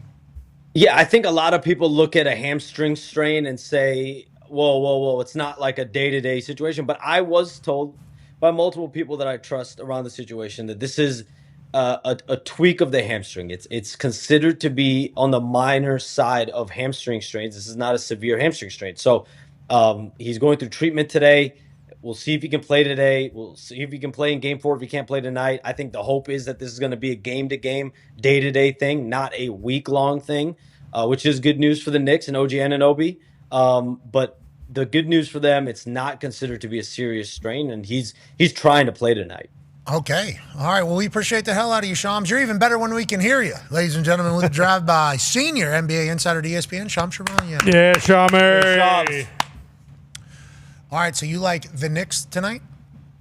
Yes, I do. And I think I agree with Perk that OG should sit out the next couple games for sure. Hamstring's tough. Obviously, it looked bad. I mean, anytime you pull up like that, it's something. Like your body's not just doing that for no reason. You can't like tough it out like it's an ankle sprain. Like you rolled your ankle or something. And he tried to, like right here after he kind of tweaks it, he tries to dunk. Yeah, he's awesome. Yeah. Yeah. We obviously are bummed out for him. But if the Sixers win tonight, then it gets in. Is he back? Because wait a second. Do I want to take the Sixers tonight? No. Action Bronson. Give me the Knicks. I like the Knicks. Too. Bridges. Get ready for a little Bridges night. Bridges, Ben Stiller. I mean, Schrags. This is becoming a New York bias show. Don't love that. You guys kind of took over our shit. We're out here in Indiana trying to stay away from these coastal elitists, and all of a sudden we got Action Bronson acting like he's not a coastal elitist. He's not supposed to be that likable. This guy's a New York Knicks fan. This guy is supposed to be hateable. And then Ben Stiller comes on and goes, I didn't think it was going to be a big deal. Honestly, I did. I don't know what's the big deal. I'm not even invited to the fucking Met Gala. I'm trying to go with a friend. It's like, Johnny, are we kind of carrying the New York Knicks water over here because we're kind of becoming a fan of them? Is that Bruce? What the hell is going on with this program over here? And is this partially because of you? You think? Is that? I will say, yesterday when Schrags was on in a Knicks ball cap and we were FaceTiming Ben Stiller, I did think, wow, we are kind of doing it, supporting the New York Knicks a little bit. Action Bronson's the man. And Mitchell Robinson is back as well tonight. He missed game 2 with an illness. He's back. So if Joel Embiid does not go, then we got 2 centers, and they got 1 in Andre Drummond, and that could become a potential issue that covers up OG being out. Okay, sounds good. I appreciate the optimism coming from the Knicks fans. Action Bronson knows there's a game tonight. I can't wait to see what his picks are. I'm going with the Knicks as well, plus 1.5. Spurs at Timberwolves. How do you see this going, AJ? Who do you like? How do you like it? So I would not mind seeing Minnesota win this game, but with that being said, I think the Spurs will win and cover -4.5. Yeah, I think Wemby loves going into that Minnesota. Timberwolves have not lost in Minnesota in like 14 straight or something like it. I forget the number. Tough barn. Tough barn.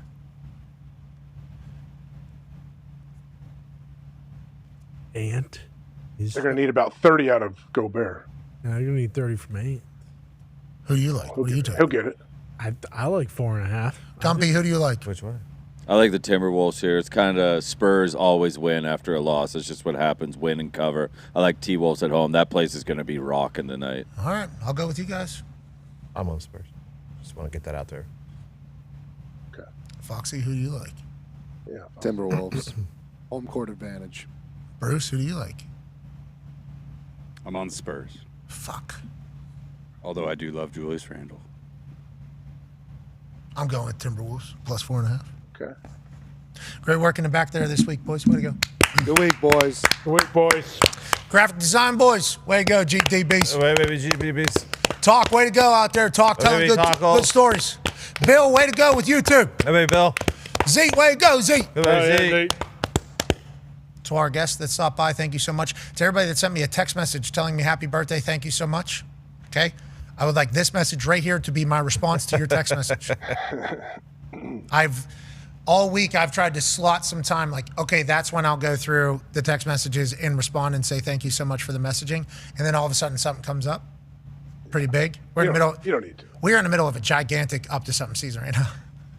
This might be the biggest up to something season of all time, actually. Probably. Like, actually. It's a lot. A lot has happened very quickly here. I mean, we have found ourselves in quite an up-to-something season. I mean, we are prime up-to-something season. We have prepared for this up-to-something season that's kind of dropped out of nowhere here. It's a lot of phone calls. A lot of. Shout out to the graphics, making graphics for these phone calls. Shout out to graphic makers on our phones making graphic designs. You've seen some of the work come in through the group text, AJ? I have. Very, very professional. Unbelievably It's professional. amazing. We love that we're alive right now. We're very thankful that we get to do this for a living. And this is a massive up-to-something season. And we hope we get a little bit of grace after this up-to-something season is announced by people that maybe followed along for a while, please. There's no chance. But on that note, we're so thankful for all of you. It's been a hell of a week for us. We hope that you feel the same way. You know, spring, summer, sometimes you can say it's a little bit boring, but I think every morning we wake up very, very excited to celebrate sports alongside all of you. Sports are up and to the right, and we're a tiny little piece of it. Big piece of it is because all of you take your time and energy to invest in sport, the greatest thing that's ever been existed. We appreciate you all so much for allowing us to do this for a living. Have the greatest weekend of your life. We'll see you on Overreaction Monday. So many things are about to happen over the weekend. By Monday, we have a whole new world potentially with aliens playing on the D line for the Indianapolis Colts. Great work, you two. You too, bro. Great work, AJ. Great work. Way to go, Hoggle. Happy belated late birthday again. Hoggle. Happy birthday week. Hoggle. Thank you to my daughter, Mackenzie. Thank you for that. And to Ty and their family. Yeah. Be your friend. Tell a friend something nice that might change your life. We're in this thing together. Thank you. Team on me. Team on three. 1, 2, 3. Team. Goodbye.